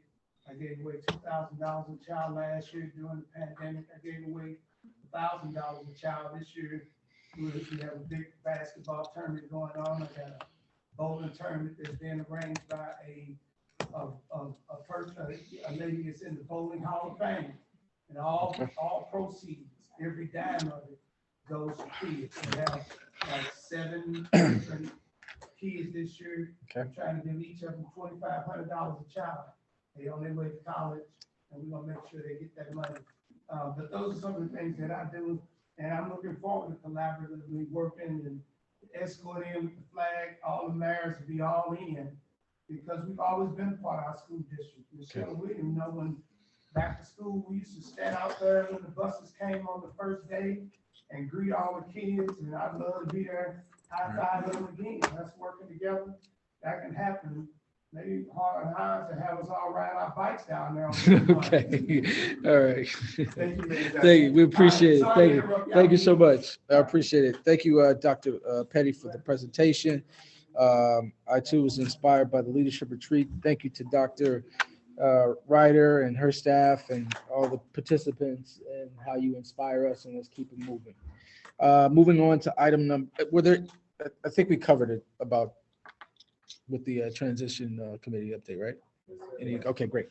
So 7.03, summary of detailed expenses and consultancies and legal fees. Yeah, so as part of the efforts to continue pushing into the transparent, this includes a list and analysis by department for the last year, and then the expenditures by firm for the last 3 years of consultants and legal firms.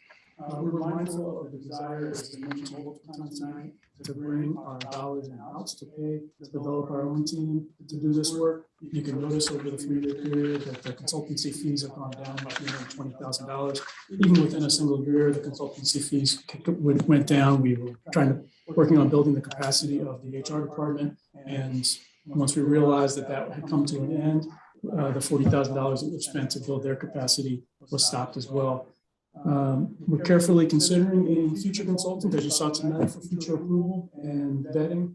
And as was approved on the consent agenda, we will be undergoing an RFQ process for legal services as well. So this is just one more step in trying to make sure that our purchases, especially with regard to consultants, is public and available for inspection.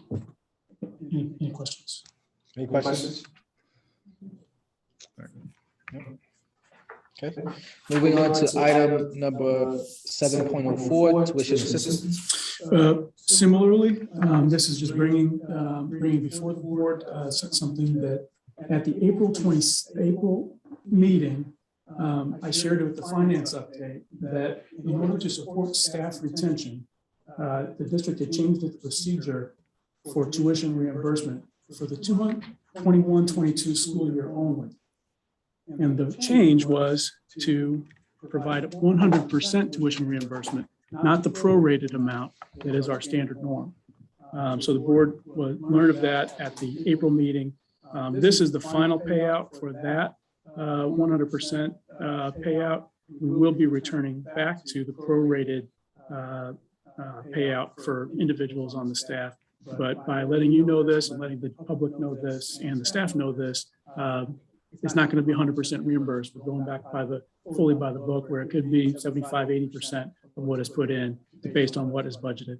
What was spent last year, what's budgeted this year is $150,000, and last year was $220,000, including this final payout. Any questions on that item for information? Ms. Williams? Yes. All right. Any other questions? All right, thank you, Mr. Terry. That concludes items for information. Moving on to. Sorry. 7.05, draft revised Norman School Collaborative Teacher Evaluation Situation. And would you like me to use my volume, IT? Okay, so Dr. Ryder will speak through my computer. We can try our best to hear her. Good evening. Can you hear me? Yes. I can hear myself, so I think you can.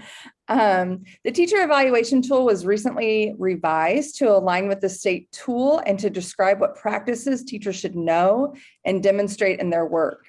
The evaluation committee felt that it was important to send the document to all certified staff to provide an opportunity to read the document and to give input into the document. That actually happened about a week ago, and it's due on the 17th. So any staff that has feedback for the committee, please make sure that you're giving that to us once you have a chance to look through the instrument.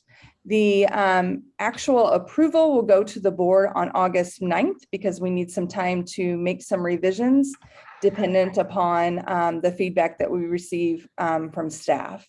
The tool is directly reflective of the state evaluation tool.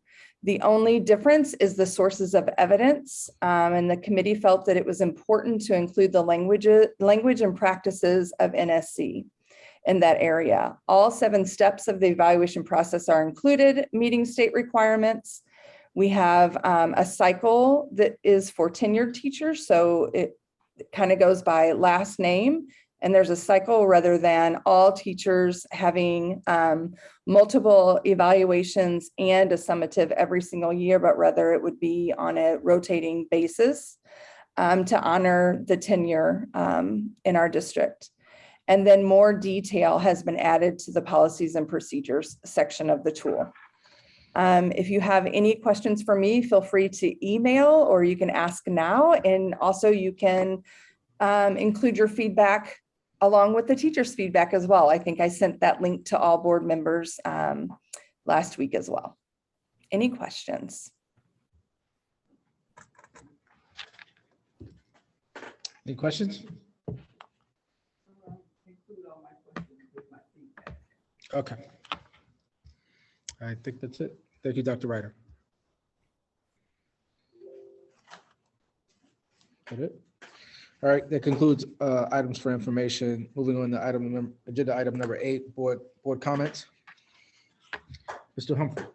Well, I just know that I attended the high school graduation for summer school, and I think it was a very unique experience, and the families that were there and the students that graduated were, they were really excited about the fact that they were crossing the line. I think one of the things that as we move forward, we really have to have a very keen focus around student future outcomes in terms of what they want to do. Because as I talked to a few students, they had some vague generalities around what the next steps were going to be, and we got to get them to the point that when they leave from the high school, that they either know I'm going military, I'm going to the employment, I'm going to training, I'm going to college, And so we just got to make sure that, you know, that level of focus from students is what's being articulated and that they're actually I keep forgetting to do this, okay. But for the most part, I just wanted to thank the entire board for the work that's being done, because as you heard tonight, there's lots of plates being spent and all of them are focused on student achievement. And so with that, I just say thank you to all board members that are doing the work, and for the administration that's doing it as well, because collectively, that's the only way we're going to get there. Thank you, Mr. Humphrey. Ms. Patton.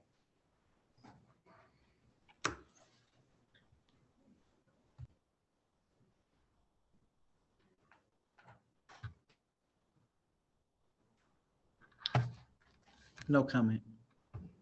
Thank you, Ms. Patton. Mr. Neal.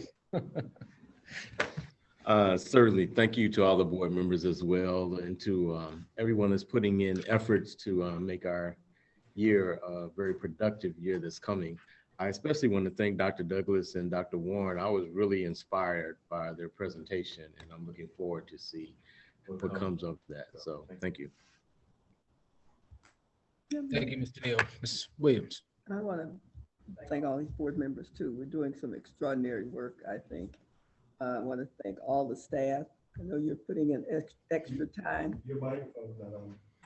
Yes, it is. Oh, We're not on mute.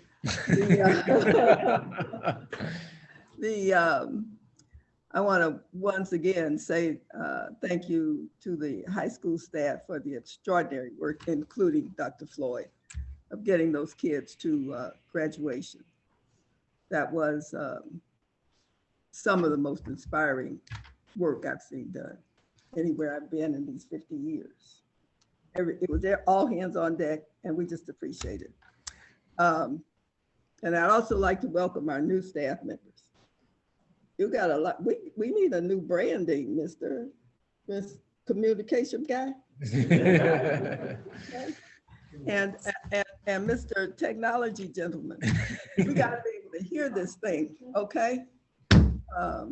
These meetings sometimes have been kind of blurred, sound-wise and so forth. So you got a job too, right?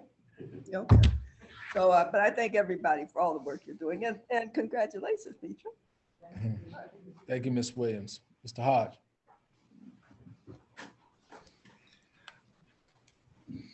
I want to say thank you to our district leaders, our educators, our families, and our students for the hard work that you do. This is the most important work in our country, and I don't ever want to lose focus on that. These are tough conversations, tough times, a long meeting, but it's worth it. Thank you for everything that you do to honor our students and their futures. I do want to point out that the University of Missouri St. Louis has a new resource. It's a counseling and social advocacy center, and they're having their open house on July the 28th. We want to share as much information about that open house as possible. It is a tremendous resource that the community and our school district needs. So keep your eye open for that. Thank you. Thank you, Mr. Hodge. I just want to say thank you. Thank you to my fellow board members for your commitment, for putting up with me and my calls in many times of the day. But thank you for your commitment. This is probably more work than you expected, but definitely your commitment and your dedication shows. Thank you to Dr. Pusateri for stepping up in these times, your leadership, to your cabinet, your administrators, Dr. Douglas, Dr. Warren, Dr. Ryder, and the shining examples we have in like Dr. Taylor. We need more examples like that. And we need more people to get their flowers while they're here. So please continue to inspire me, inspire each other, but inspire your students. We got a lot of work before us. It's always darkest before dawn. And Normandy is like a muscle right now. You got to break it down to build it back up, but we will become stronger. So if you continue your dedication and your commitment, we'll get there. But thank you for your hard work and your commitment, and let's continue. If there are no more comments, I will We'll move to executive session. I'll entertain a motion to move to executive session. It's been moved and properly seconded by roll call vote. Ms. Alex, if you will. Yes. Mr. Hodge? Yes. Mr. Williams? Mr. Neal? Yes. Ms. Patton? Yes. And Mr. Humphrey? Yes. All right. Thank you, everyone.